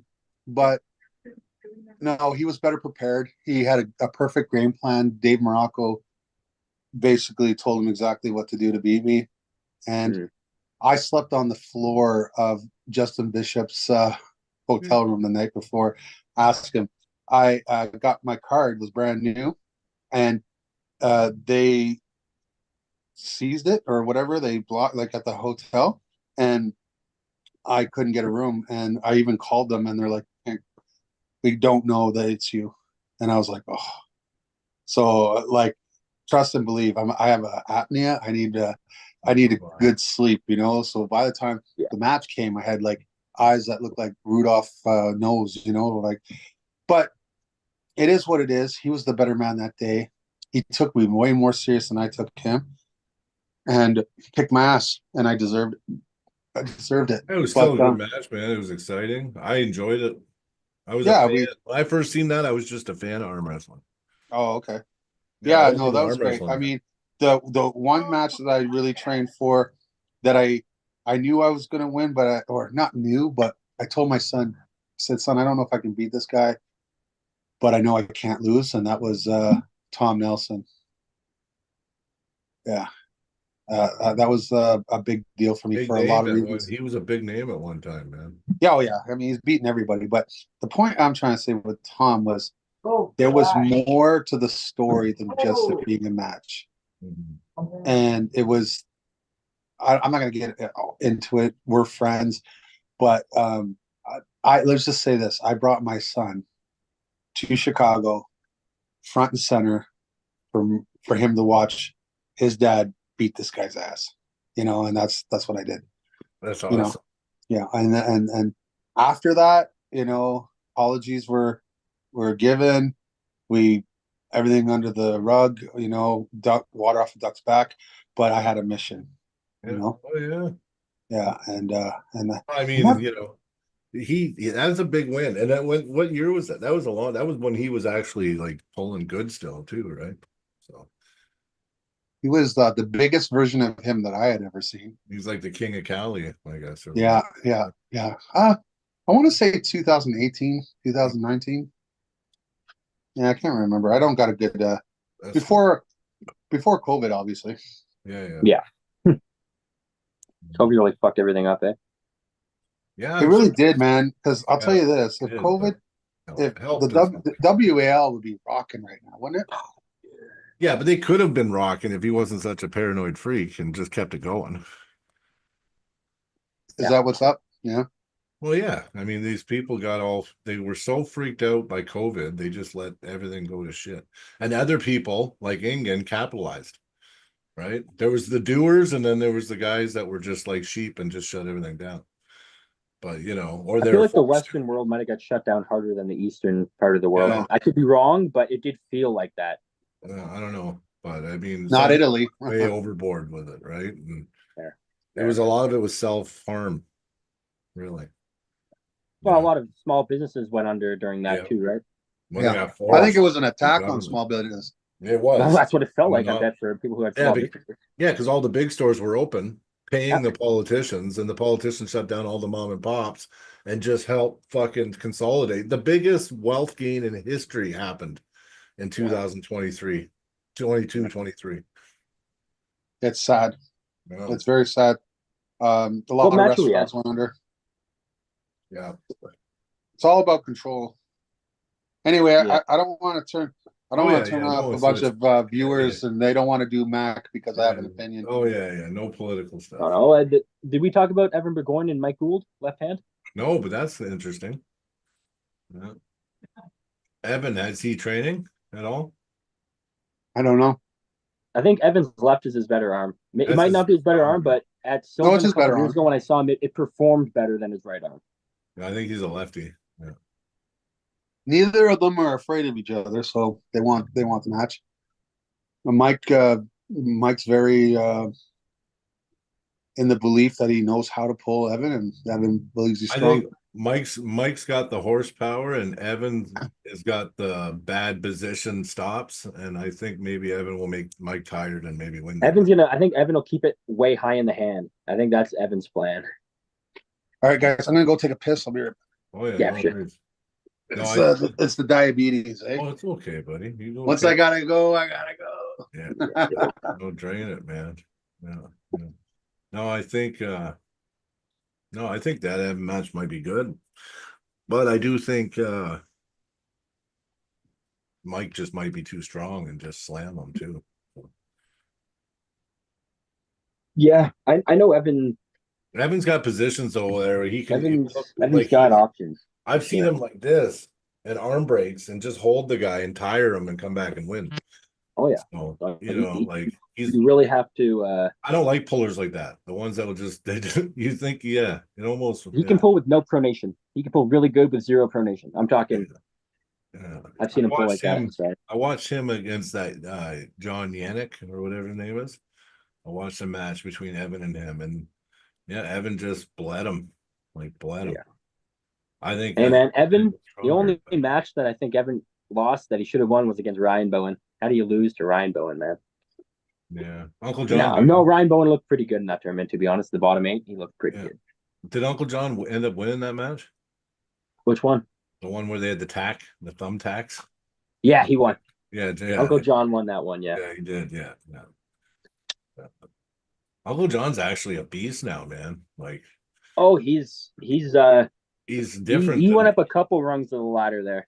oh, he did. But I think you know what? I think he's probably stronger heavy because I was watching him. I was Oh, watching him when he was lighter, and yeah, it just was. I It don't was see him getting weaker, gaining weight. I think he only gets stronger. yeah, I mean, as long as it's good weight. I yeah, mean, yeah, yeah. you don't want to just add. I mean, 50 pounds of fat versus 50 pounds of muscle. What's going to help you in arm wrestling? Well, probably the muscle. You might burn out a little quicker, but You know what, too? Like he's got he doesn't never talk about it, but he's got a pretty bad back issue. If he didn't have that, man, like I'm sure that hampers his training because yeah, he's got a lot of hand, man. Especially if you don't know how to pull him. Like I said, when I lost to him, I thought I was stronger. And I felt stronger, but if he gets stronger, he's gonna probably be good once right it's in next to there. his hand, it's Oh, a because his bad day. hand, yeah. If his arm catches up to his hand, I don't know. I see him being really good. Oh yeah. Oh, yeah. Hey, But buddy. then what's the next match? Eric Denisovich versus Jeff Radford, left hand. Yeah, Yeah. So Yeah, we'll see if we can kind of jump through these a little quicker. slap him real quick. Yeah. Yeah. So I probably gotta leave it about 8. I've never seen anything on Eric Denisovich, but so yeah, I'll go with Jeff he's a Radford. big and Big guy. big guy. Okay. My son and him have a right-handed super match. The same. Jeez, I wish the wife was here to sort me out, guys. To my see if I could tighten this. I don't know how to tighten this thing to keep it still. Drew wants to know how tired out you were when Shaq pinned you. Of course he does. Yeah. Well, I mean, I was there all day with Devin Larrett, Yeah. arm wrestling everywhere. My left doesn't recover like my right does, and but to be fair, he's a freak athlete, The and freak. Yeah. the only thing I could have done at that point was to slam him in a hook and do like a Yeah, hook I know what shoulder you press. mean. And And you were who's gonna being do that? Who's Yeah, and you gonna were also you're on TV, you're being pleasant. You weren't just gonna like slam the guy or no? But nobody really wants to hear that story. They want to no, make I fun of me, seen and that. that's I seen it and felt it when I watched it. So and I'm like, you know what? Like it is what it I is. think I you don't have. did the right thing. Yeah.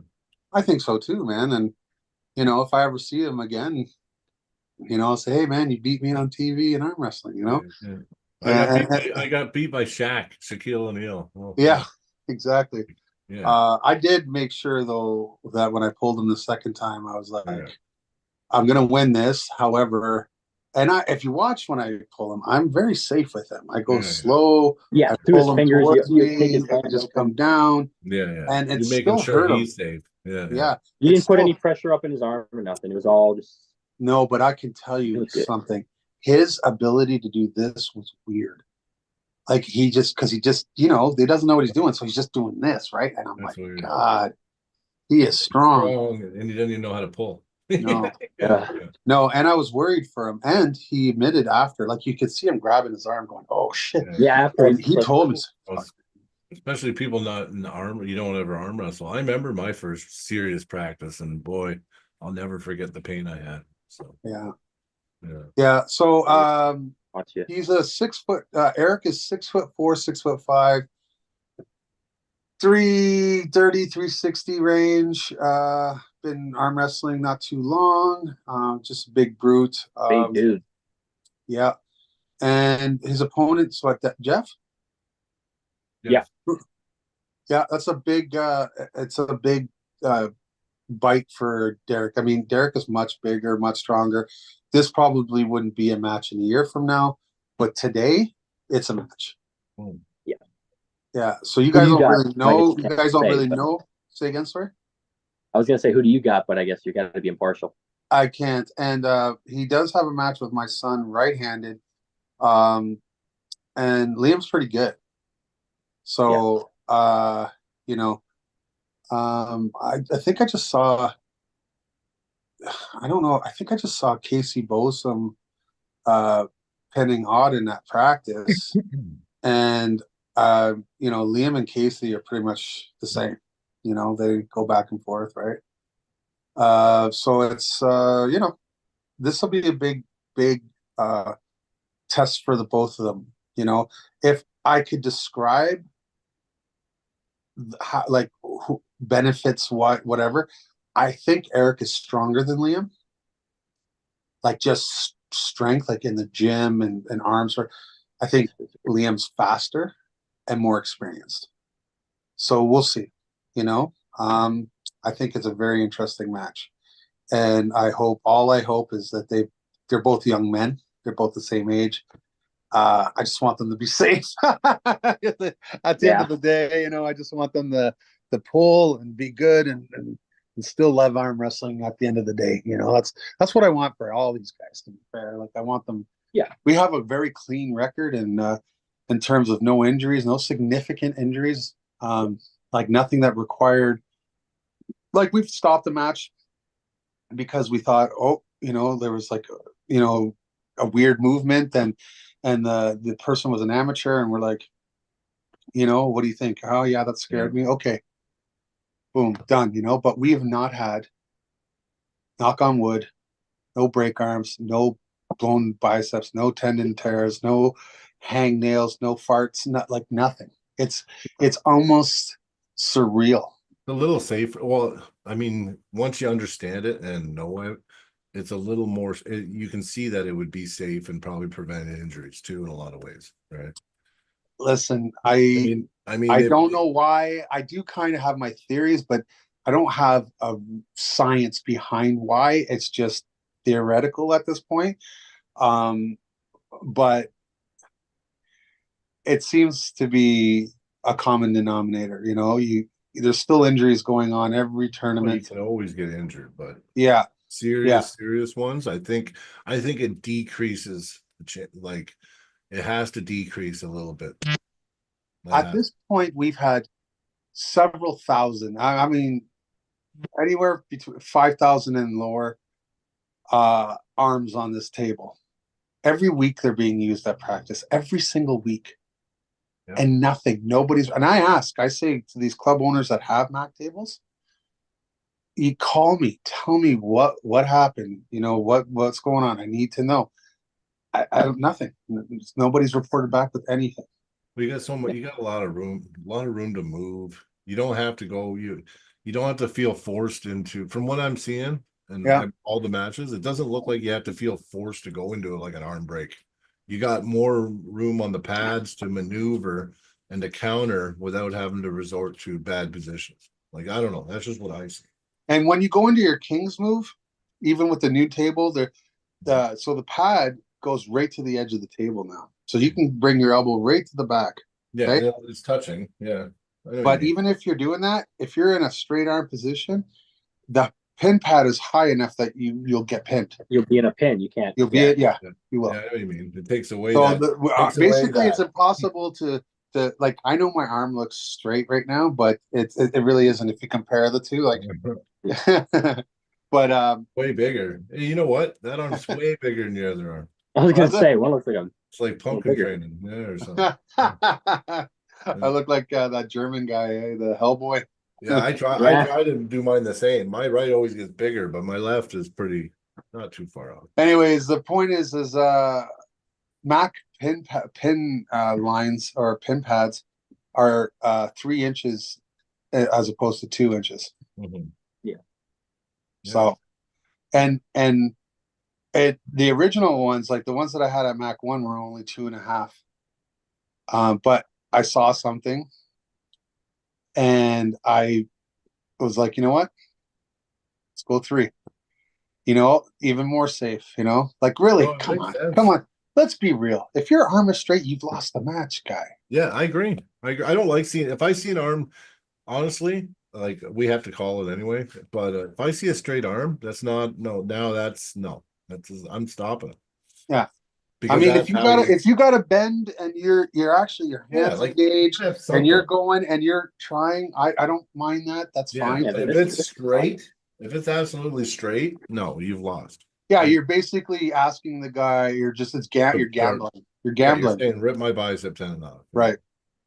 You know, and that extra inch, I think you're right, because you know, when you see that straight arm, how many times is it like an inch, like, you know, You just can't. This is what yeah, I've been trying to tell you. yeah, Like when you put it at three, if it's 3 inches above the, as soon as you're straight, like I don't know. I mean, maybe if you had a 9 inch arm, like a 9 inch longer arm than me, you might be able to get away with it. But most people, if your arm is straight, you will be pinned. yeah. And I think that's the real essence of arm wrestling. We want to see who's stronger, who's faster, who's but more Yeah. technical.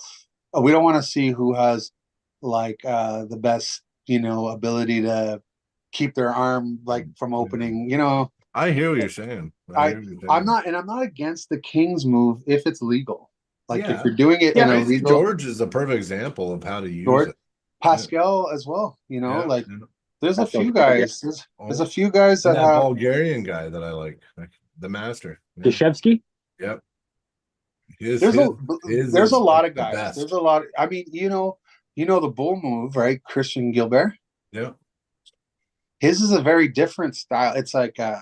it's like a hooking It's more of one, a like this. Yeah, yeah. and I have no problem with that. Yeah. Zero. That's a good He- one too, because it seems like you go offensive and then drive from it. You don't have yeah, to and his shoulders generally above the table for the most part. yeah, yeah. And of course, like when he gets desperate, he dips below, and if he does, then just Stand fucking up. call it. Well, I always give And one or if point it's A stand up. side, I Yeah. mean, if you're just talking about shoulders You're dipping, on the nine A times out of side. ten when you pin, you dip on A side, right? So if you're on A side, dipping isn't If really Yeah, an you're on issue. A side, it doesn't matter. No, But it if you're doesn't on the matter B if you're on side, A side. Correct. The B side, I can see it. B side, you're going underneath the table, under the pin line. It doesn't make any sense. Yeah, no, you're right. yeah. Yeah. So what's the next card or next match? Chris Uh, Doucette versus Jonathan S. Pruill. Yeah, Pruitt? so I don't know how that's to the say that. Slim Reaper. He's the 6'9" guy from the Ottawa team, black kid. oh Ooh, yeah, okay. I know who he Yeah, is. yeah. So he and my training partner, this is really like a lot of people want to know how this is going to go down.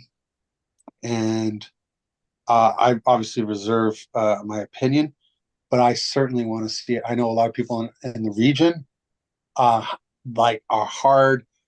Jonathan's going to win, and hard Chris is going to win, and I want to see it. Oh, Like, that's cool. that Yeah, why match, not? that match is for me. Yeah, I want to see that one. I don't care if anybody else likes it. I Yeah, you're want to right. see it. This You match can is do going. that. Yeah, yeah, I Of want to see course it. you can do that. Yeah. Yeah.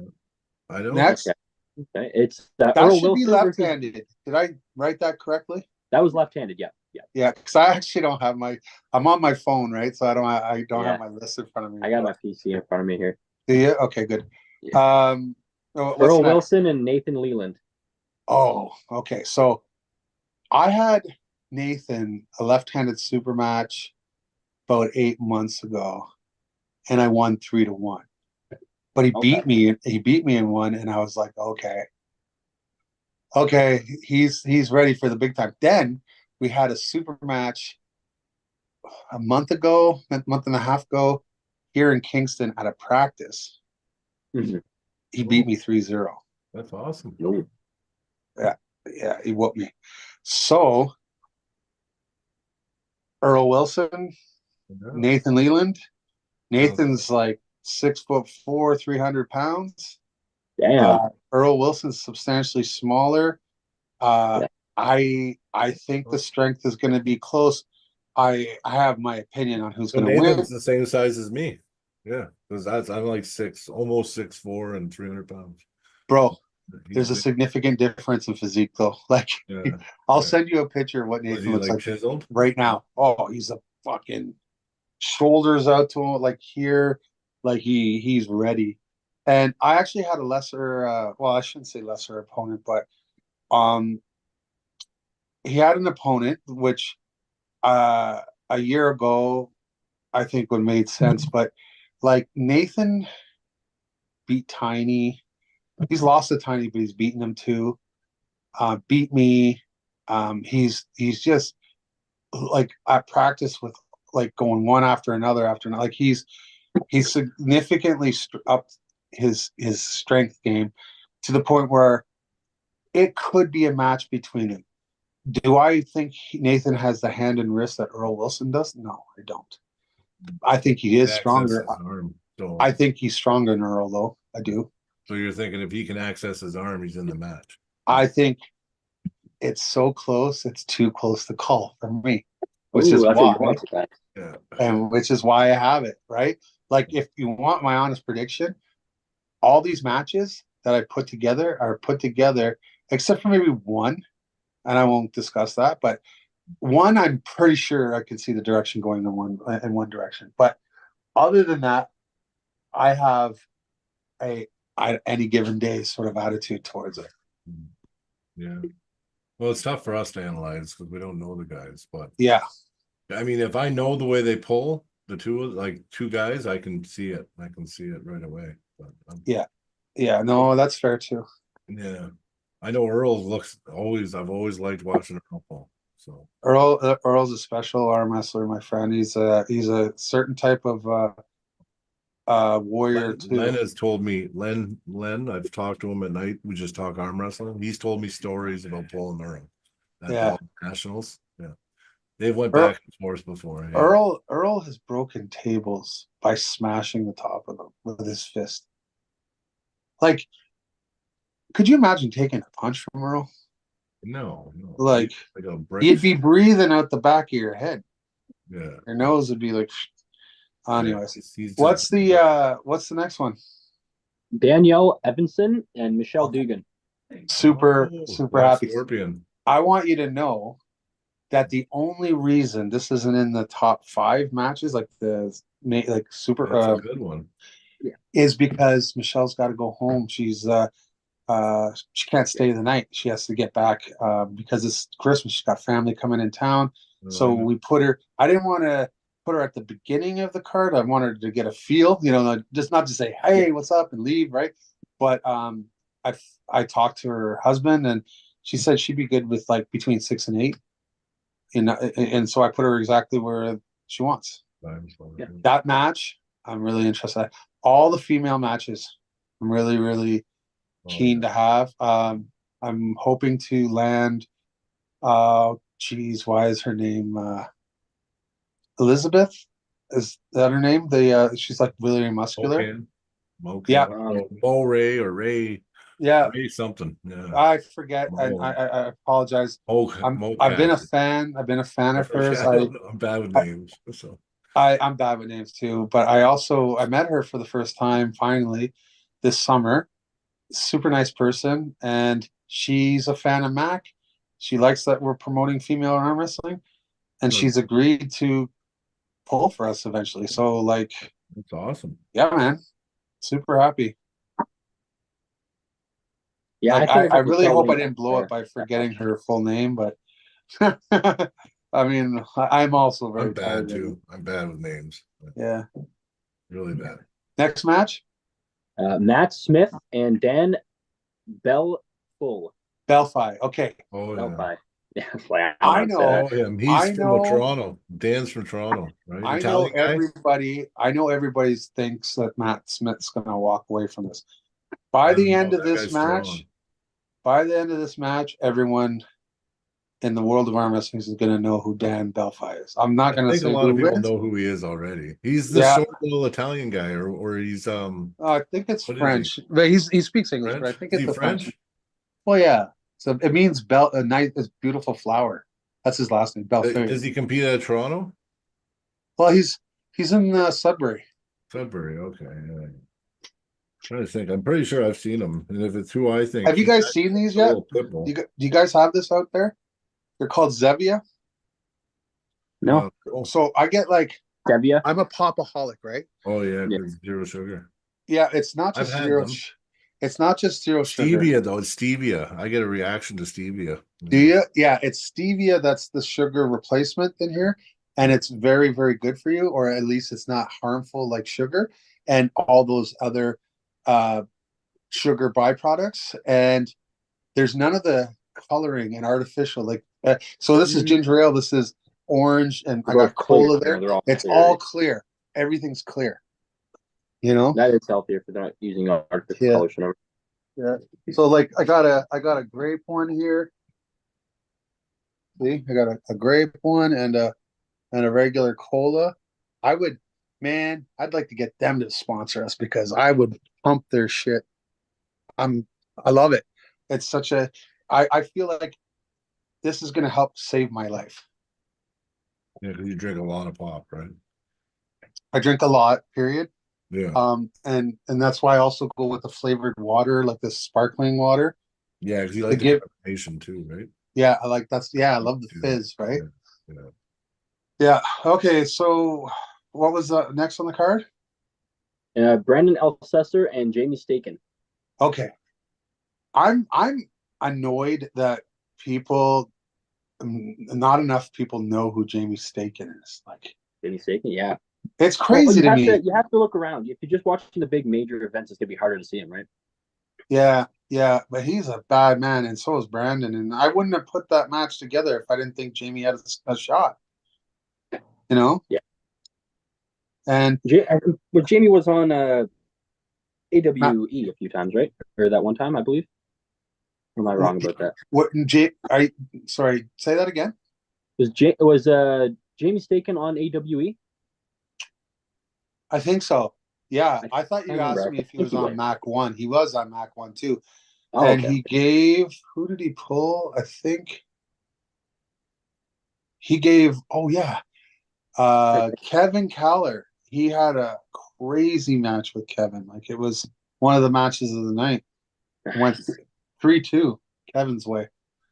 But Kevin's a stud, you know. I I I don't know. Do you guys have an opinion on your predictions or I mean Elsesser's Brandon looking really, obviously really is the good. bigger name. Bigger name.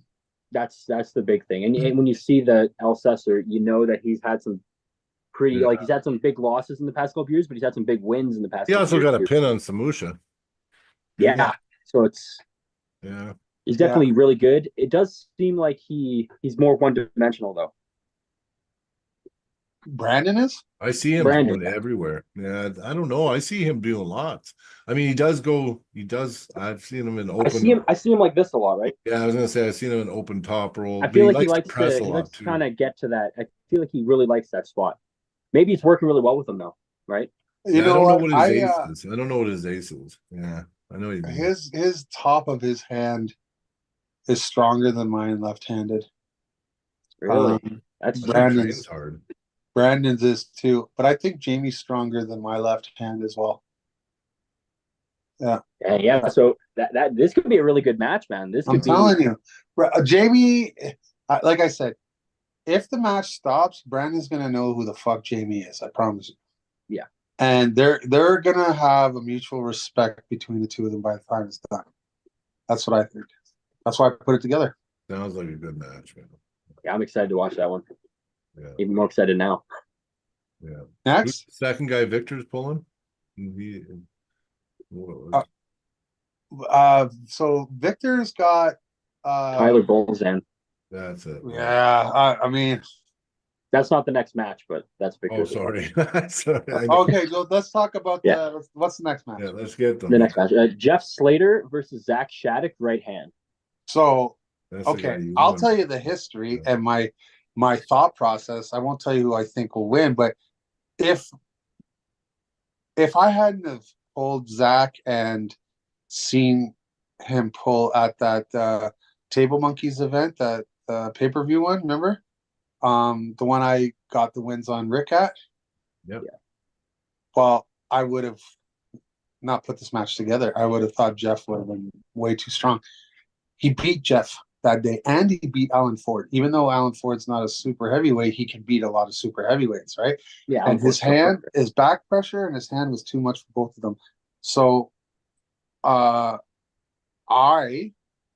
being me, was like, I need to see that again. I need to see if, because I have a hard time believing that Jeff would lose that match. And I'm like, whatever, let's put it together. I mean, at the end of the day, Zach can say he has the most recent win against that opponent. right? So, and you know what? When I was matching up with Zach, he gave me some back pressure, and because I was gonna load with him because I never met the guy or heard about him, so I just assumed I was gonna give him the old "how's you do," right? Yeah. And he like Rip. he blew his load by fucking or showed his hand by showing me how much top he had, and I'm like, oh, okay, well now, and then I changed it up, and I went with my ace, and I just kind of like high hook cobra pressed him, Mhm. and then so, but I felt what he had, and I was like, okay, this guy's for real. So Yeah. yeah. So next, Doug Allen, left hand versus Jason Constantini. Tiny. uh, He's good, man. Jason, I felt him left-handed at his Table Monkeys event in Toronto this summer. He's leveled up. I would say that both him. It's funny because I've never lost to Jason in a real match up to that point.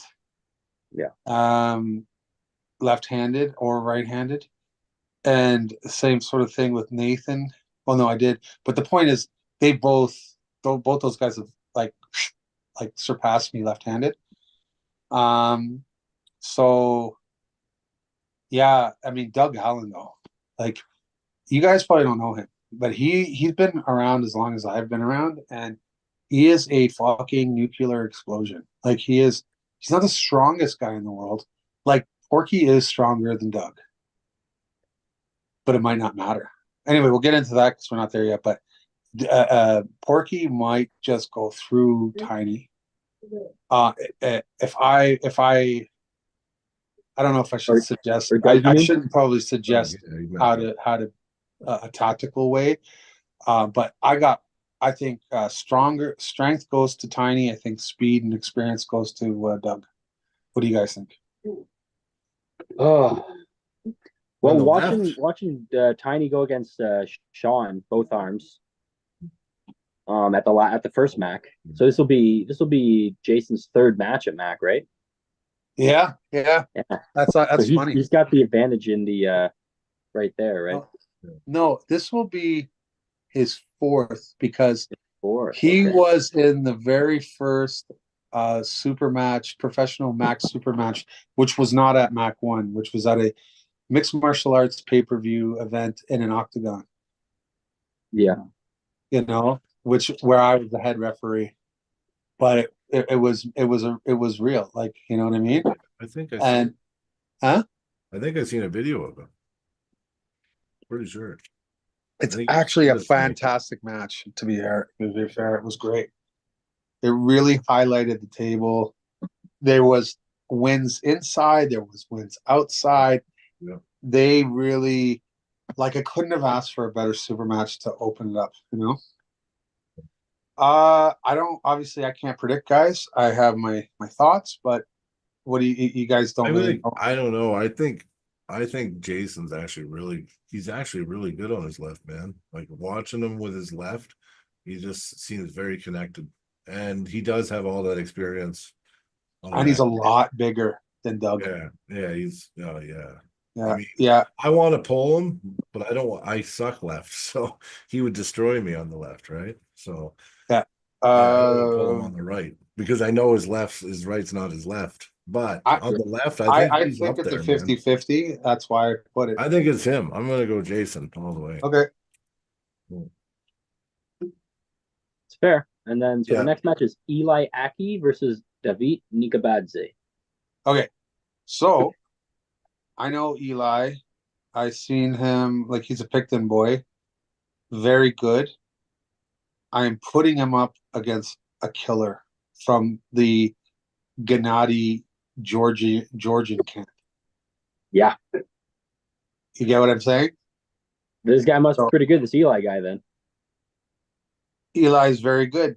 Um, and we're gonna find out just how good he is. And I'm gonna leave it at that because if I get into any more, then I'll lean in a direction and I don't really want to do that. No problem. So number 14, here's a match. Curtis Cameron, left hand versus Patrick McKinnon. Yeah. That's going to be a good match. Because yeah. Pork Chop's left, man, I'm telling you. I mean, I don't have to tell you anything. Everyone can just see his left is a monster. He's I crazy. cannot do He's anything. a Canadian with his left. national champ. his left is a monster, dude. Yeah.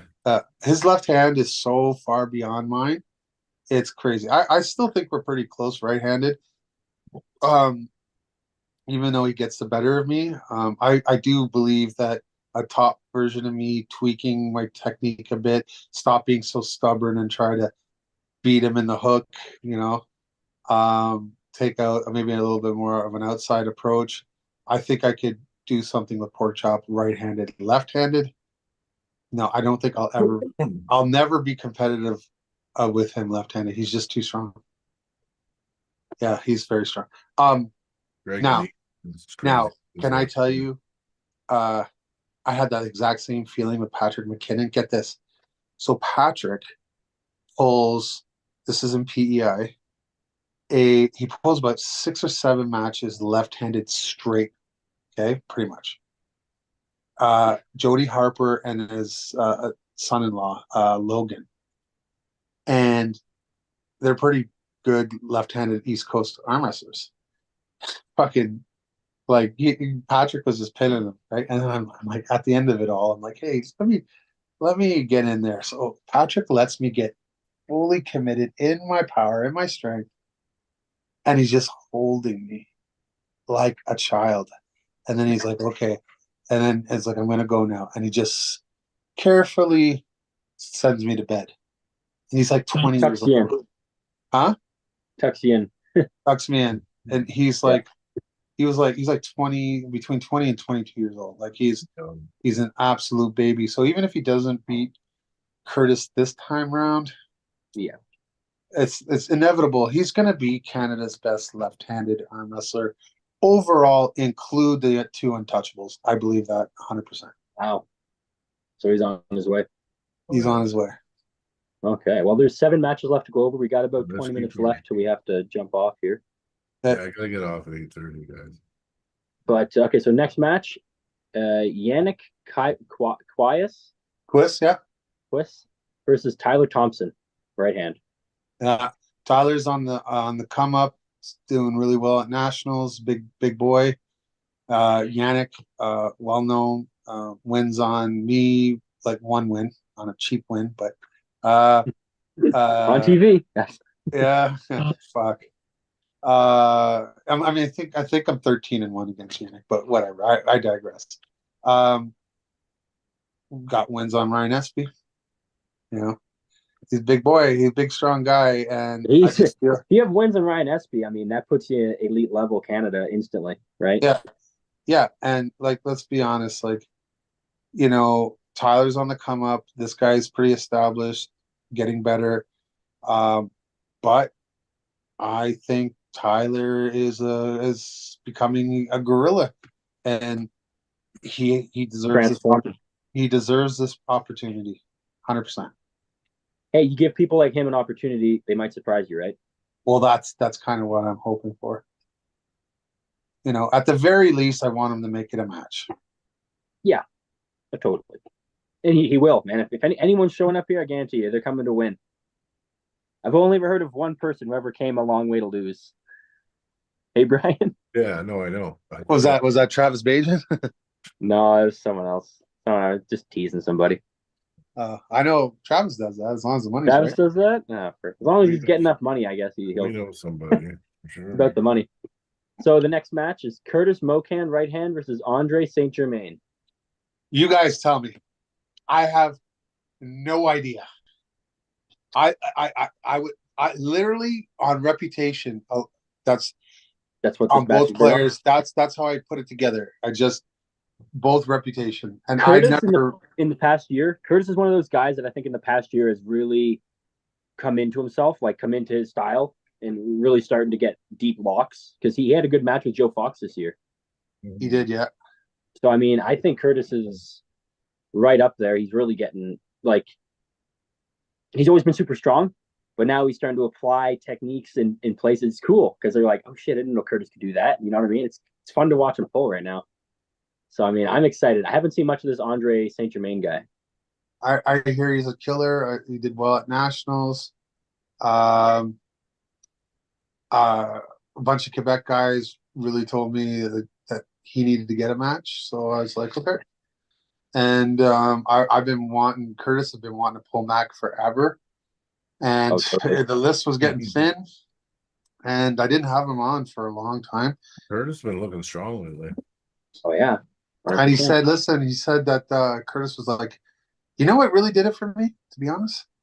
He was like, I'll pay my way. I will fucking he showed so much fucking heart and determination and will and Whatever it want. takes, you'll get there. You know, That's whatever you it. have to And then do. how do you stop a guy? How do you You stop? can't. You can't. I mean, I was Oh, that's humbled good. by it. You know what? He's a little trolly and stuff, but he's actually a pretty nice He's guy. a good guy for sure. He likes to have fun online, but you meet him in person. Yeah. He's a good guy. And that's it. And he offered. He offered to give me $5,000 towards a Mac event out west. I Yeah, believe it. yeah. So I Us was us like, us Westerners, we want it. We want like I know, Manitoba, I know. Saskatchewan, BC, Alberta. I We want mean, it. to be totally fair though, for an individual to offer $5,000, I'm humbled. That's a lot of money. Yeah. But $5,000 would be a Mac tournament. It wouldn't be a Mac No, event. for sure. You know what I mean?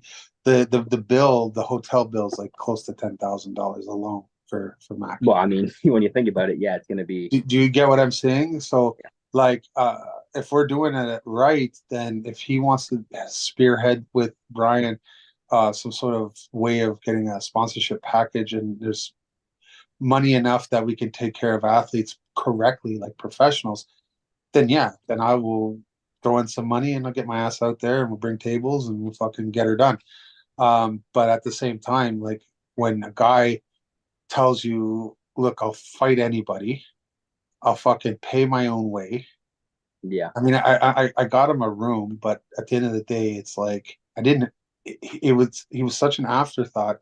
The card was almost completely set, and the budget was maxed. You know what I mean? And the budget, something did happen, like, but I'm not going to get into it. But I thought I had a budget like this, and then overnight it went like that. Okay, so because I planned to have Sean. Like I'm really, to be fair, I'm very upset. Like I'm that I don't have Dakota, Sean, and Josh, and Brian, and yourself. Like I know Alberta is going to lead the way for certain for Western Canada when it comes to MAC representation. You already have that, like, you know what I mean? Yeah. You already Yeah, have it. it's Like we don't been there. have. I think we have what we had. I had one BC guy reach out to me. One. Um, Nobody. I don't think I talked to Ryan. He couldn't make the date. Uh, but nobody really from Edmonton or sorry, Manitoba reached out to me. I don't think, if I'm wrong on that, I apologize, but I don't think so. Lots of East Coast guys, Quebecers, and of course, if you look at the card, you can tell there's a lot of Ontario guys. All right, next match. Next match, we got Bethany Ritchie, right-handed, versus Danielle Evanson. So Bethany Ritchie is the wife or girlfriend of Doug Allen. So Okay. yeah, so imagine having your own professional arm wrestler as your training partner. You know? Yeah, that's an advantage right there.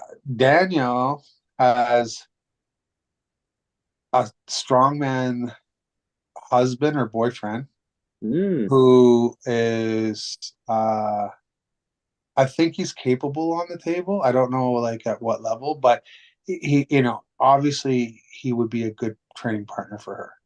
for her, yeah. The size of him, I would imagine, I would think he's still ahead of her. I can't say that for 100%, but it intrigues me. I mean, I don't see that girl pumps out training videos all the time. Like she's literally lifting every day. So, what do you guys think, Bethany or Danielle? Based on that, I'd go with Bethany just because she's getting more of an arm wrestling trainer. Oh, If I yeah. could only go off what you've told me. Okay, you're the same, Brian. Well, I think though Doug Allen's wife, is that what he said? Okay, Bethany. Yeah. All right, next match. Victor Belov, left hand versus Tyler Bolzan. Finally, the one you want to get to, eh? Uh Our boy. so I got to meet Victor twice this year. Great dude, great athlete. I was impressed when he was wrestling other people. I wasn't overly impressed when he wrestled me. I've told him that. But everybody and their mother, including him, is like, I'm gonna come there and I'm gonna win my matches. So I'm like, fucking all right then. You know what I mean? Like, let's have it, let's do it. Because I'll tell you, Tyler beats me left-handed. Yeah. I my left is not my right, and my left is going through some kind of atrophy thing going. I don't know what's going on. I think I had Not the that same. I think I have that same thing that Devin got, because it's getting Ooh. skinny. Like you guys already mentioned it. Like it's You've literally noticed it, Denver, yeah. it's shrinking on me. Um, so I'm not obviously going to give a prediction for that, but what's your guys' prediction? Victor. I'm Really? gonna go Victor, man. The Victor is his setup, his style is very European Orthodox, but then the way he pulls is like a mix of like European and So Yeah, American. I'll Zach, tell So you. I'll tell Zach, you are you why. forgetting something though? Are you forgetting something? what am I forgetting? He can't use this setup. He can only use the setup that we're giving That's him. fair. That's fair. I'm No, referring you're more to right. his legs. Like the way he sets up with his legs is very like I've changed how I set up because I saw Oh, Victor I set up agree. a couple I've been ways. Like trying to I've change actually mine changed my again. setup because Mm. I would just set up where I felt grounded and good, and then I saw how Victor was setting up, and he was loading his entire lower body into his hips. His lower body was loaded. There was pressure going straight down to the floor, really hard pressure on his front leg. I could see it. I'm like, I don't do that. Yeah. So just there's certain things he does to get just extra leverage that And, just and That's super match actually too.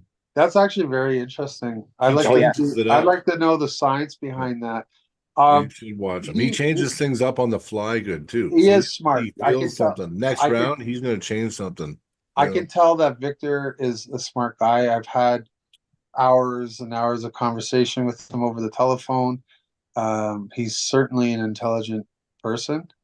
Uh, he might win. I reserve. I think I've anyway. Whatever. I can't wait to watch it. That's all I can say. You guys are gonna get me in trouble. You know what I mean? You guys are gonna get me in trouble.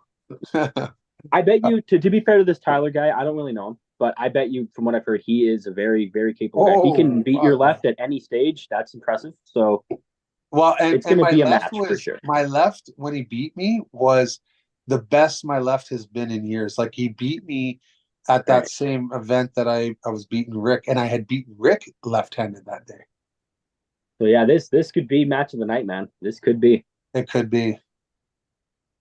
All right, next match. Joe Fox versus Oh. Nether. This could be match of the night. Right hand versus Awesome. Alan Ford. This match might be a match. For the true to see who is the number one guy, right? This is what it Well, is? I mean, Because I guess Alan doesn't go to the technically, Nationals, right? So Joe's I the guess national champ. technically, yes, it's the determined number one guy, but Jonathan Tarian is jumping up, right? And Oh, he's That's pulling a true. 220 guy in Brandon El Salvador. So Mhm. I think certainly the top 220 guy in the country, Matt, what's his name? Sean Ross and Mark McPhail might have something to say. Jody Harper might have something to say, but I do think that the top 220 guy in the country will be at MAC. You know, Yeah. No. it's one of those guys. It's one of those guys. Yeah. With shout outs to those other guys that I said that might have something to say. But I think in fairness, and you know what, Yannick, fuck, he gets down to 220 as well, and he's a bad man. So we're gonna see basically the top 5 well, 220s in Canada for sure. that match was a really good match though to make. Like really Yeah. good. Joe Fox and Alan Ford. Joe I mean, Fox just thinking about and, it. Alan Ford has a potential to be fucking explosive. Fire. like Oh man, fire. because especially how Joe pulled, man. Joe Yeah. is a special type of puller. Yeah.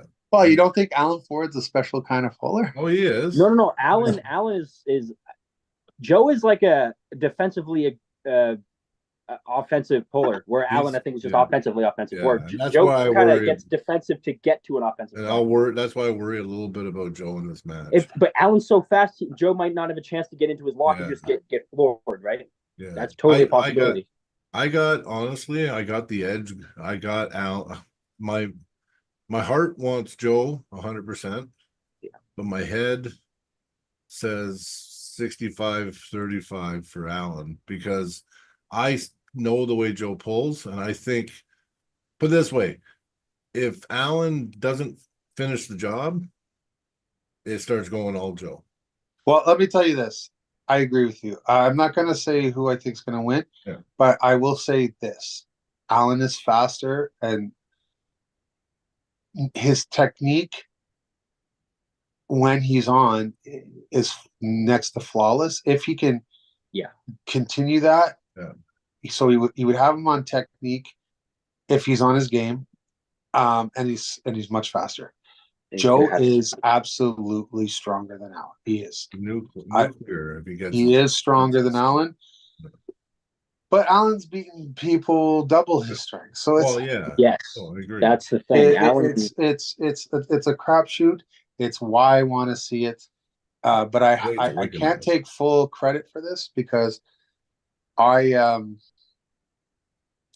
gave this match to Joe. I asked him who he wanted. Yeah, well, you know what? I'm glad Joe said Alan, because this is like the deciding factor. You know what I mean? Because you want to know who I wanted him to pull? John? No, Yannick, because they're both hydraulic. Oh yeah. It would have give it to Joe. I would favor Joe over Yannick. Who knows? But all I'm saying is give Joe too much, and then Joe would just rip. All I'm saying is, I believe when the match stops, both of those guys will rather die than lose, and I think it would be a better match visually. But Joe has a particular goal in his mind, and that is to be considered the number 1 220 in the country, and this is how he plans to get there. So I gave him the option. He chose Alan. I'm not mad at the choice. Boom. Next match, Doug Allen, right hand versus Pork Chop, Curtis Cameron. Well, I think I've mentioned it probably 5 times in this fucking but I feel like Doug's faster, more experience. Pork Chop is stronger, and we'll see. I'll say this: Pork Chop better bring his seatbelt, tie his ass down, because he could go for a ride if he can't put the brakes on, you know. But if he puts the brakes on, he is the potential that he could just sit there at the center of the table looking at Doug like, you got any more? Like, he could do that. So, and just to get everything until there's nothing left. Yeah. Curtis's center table controls really. His center is very good. It's bananas. Yeah, he's only getting better, man. He's only getting better. No, I love the kid. He has great work ethic. He had great work ethic under incredibly difficult circumstances. Like, I'm not going to get into his personal life, but if you knew the real story of Curtis Cameron, you couldn't help yourself but be a fan. Do you know how tall Doug is? It's my height, I think. He's between 5'11" and 6'1". Like, okay, so he's got 5, 6 inches. I'm 5'11" or 6'1". I don't somewhere know in that range. Yeah. I 5'11" guys are always 6'1". Huh? The 5'11" guys I've had. Yeah. 6'1". I know that I'm 183 centimeters, so that is just that's slightly... 6 foot on the dot. Is it on the dot? That's on the dot. I think 182. Yeah. Isn't 182 6 foot? It's 2.23 centimeters for every inch. So I mean, okay. Regardless, I think if you're between 182 and 184, you're pretty much 6 feet, right? I think he floats in around there. Yeah. You know, See, I Curtis could is be wrong. really short though, right? Say again. Curtis, isn't he really short? He looks really short. I've met him in person, and he was shorter than me by maybe 2 inches. I'm about 5'9", so he's probably about 5'7". No, he's taller than 5'7". He's taller than 5'7" for sure. I mean, I'd be if he's I only might have been wearing 5'7". I might have been wearing like big shoes when I think about it, or boots or something. If he's five, no, there's no way he's 5'7". He's probably 5'8", 5'9". Well, I was You know. taller than him, and I'm 5'9" on the dot. Like I'm even under 5'9" by a little bit. Well, I don't know. Maybe. Can I tell you? Maybe he's When five. we Maybe he's when we 5'8". do this, when we go Right, from babe. fingertip to from elbow to fingertip, Porky is like right there with me. Like that's what's your measurement? I don't know, but he's from elbow. Mine's like 18.5 to 18.75. I don't know. He's pretty close to me Mine's though. Like 19. Mine's short for my size. I'm same way. I'm short levered for my height. Oh my. Yeah. So maybe he's 5'8". That would make sense. I can see that. So your predictions, guys? Curtis. I want it to be like I want Pork Chop to win, but I feel like if this Doug Allen's been pulling as long as you say he has, Dude, which clearly he has, right? I mean, I remember Doug came up to Canada when Mike Gould Classics were still going on. Like, yeah, he's been around. So I'll give it to Doug 55-45 only because of experience. I think that the power isn't a thing. I think Curtis has the power. It's just maybe no. Doug has the power. Curtis has the strength. They're different. Okay. Different. Yeah. Well, yeah. Power is like how of your far speed and connectivity, right? Yeah. Power is like how far you can how throw fast a and baseball, connected. How fast you can go while move staying something. connected. Let's get to the next match because I gotta go. Okay. Yeah. So John Tarian versus Brandon Elsesser, right hand. That's amazing. Yeah. That's amazing. All these matches are crazy. You're gonna have to do the predictions, boys. Yeah, I don't know. 50-50. I think 50-50, man. I have no give it clue. to Brandon Allen. But yeah, Elsesser, I mean. Yeah. Brandon, okay. I would have picked Brandon Elsesser, but Because the way that John's been pulling, class. and dude, John's been coming up, and it looks like John's strength is going up with him, like proportionally, man. So I mean, this could. I think this is his match. I think he's gonna get this because he's faster. I think he just looks more comfortable in the setup. I think honestly, it's gonna go all the rounds, and I think John's gonna gas. Higher out. Yeah, I do because John is so much power, so much horsepower, but how many matches have we seen him? It blows up. His hand blows up, and he did win a match at Arm Wars while he was blown up. Yeah, no, but if Brandon can stop him defensively, he's gonna bleed him. Yeah, because Brandon does have that role here, right? He has a king's move too, yeah. And I want John to win, but I have a feeling that Brandon might pull it off. I'm gonna give it to John by just a hair. Yeah, and I'll go the other way. I hear. Yeah. Okay, and the final one, the big match: Wayne Withers and Rick Heidebrecht, right hand. I think Rick can do it. I think he's got to approach it similar to Josh, and he's going to win the same way. I think Rick's matches, his two recent matches with Josh, has basically shown him his weakness. I think he's been so good and dominant and so strong, and Josh, I mean, he's lost to people for sure, but I just mean Josh. The big thing is relievers are so close, right? And Rick's not. I don't know if Rick normally pulls guys with relievers the same as him, kind of like Josh, but I think that was a big thing that Rick was like, okay. And then I saw at the match here in Alberta that even though Josh did kind of went similar, it did look like Rick was kind of knew what to do quicker. You know what I mean? He kind of understood what was going on and said, okay, I'm just gonna, Yeah. So I think Rick has grown from and I think if Rick and Josh had a match today, I think Rick would do a little better than previously. I think Rick would maybe win a little more dominant.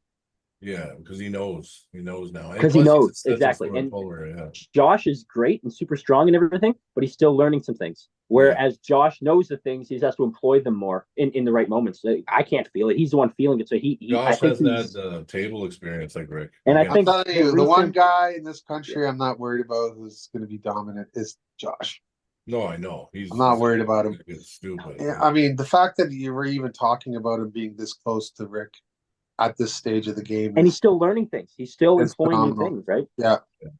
Yeah. It's crazy, yeah. But yeah, I got this to Rick. I mean, Rick's really impressed me. I actually thought Josh was going to be able to win the second time. I honestly did. The whole match up to the very end, I thought he was going to get it.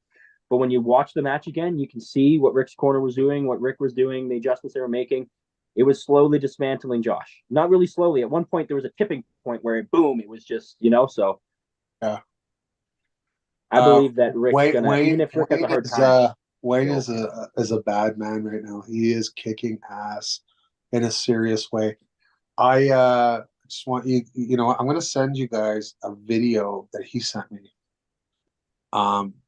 And then we'll have an offline discussion. Okay. Yeah. I can't do anything publicly, guys. No, that's fair. That's fair. All right.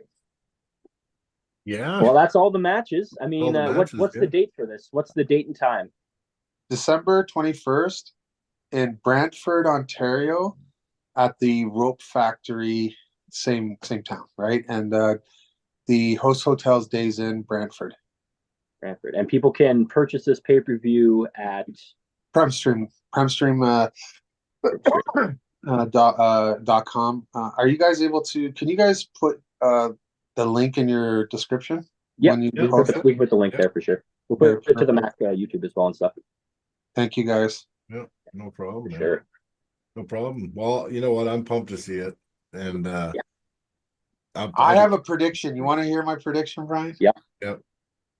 I predict that Zach and Brian will be at MAC3. It's a good Good prediction. I have a prediction. I like it. for this. Yeah. I like And it. you'll get your chance to pull Tiny. Because he wants to pull you, I think. Yeah, I just think it'd be, I don't know. It'd Like, be fun. it's not that I think I'm gonna crush him. I just think it'd be a good match. I seen him pull Sean right, and I think we'd have a really good match on the right. So, I'm my excited, level, Sean. my I level, hope Sean I'm comes. not overestimating myself either, right? I'm still. I We'll hope force Sean to Sean. come. He'll come no matter what. I hope Sean does. Yeah. Oh yeah, for sure. And well, we appreciate you having you on the pod too, brother. Yeah, thanks for coming on, Ian. We really appreciate Well, I it. appreciate the platform to talk arm wrestling, and I love it. Thank you. I know. Anytime, man. Anytime. We're there for you, bro. All right, Hey, cheers. man.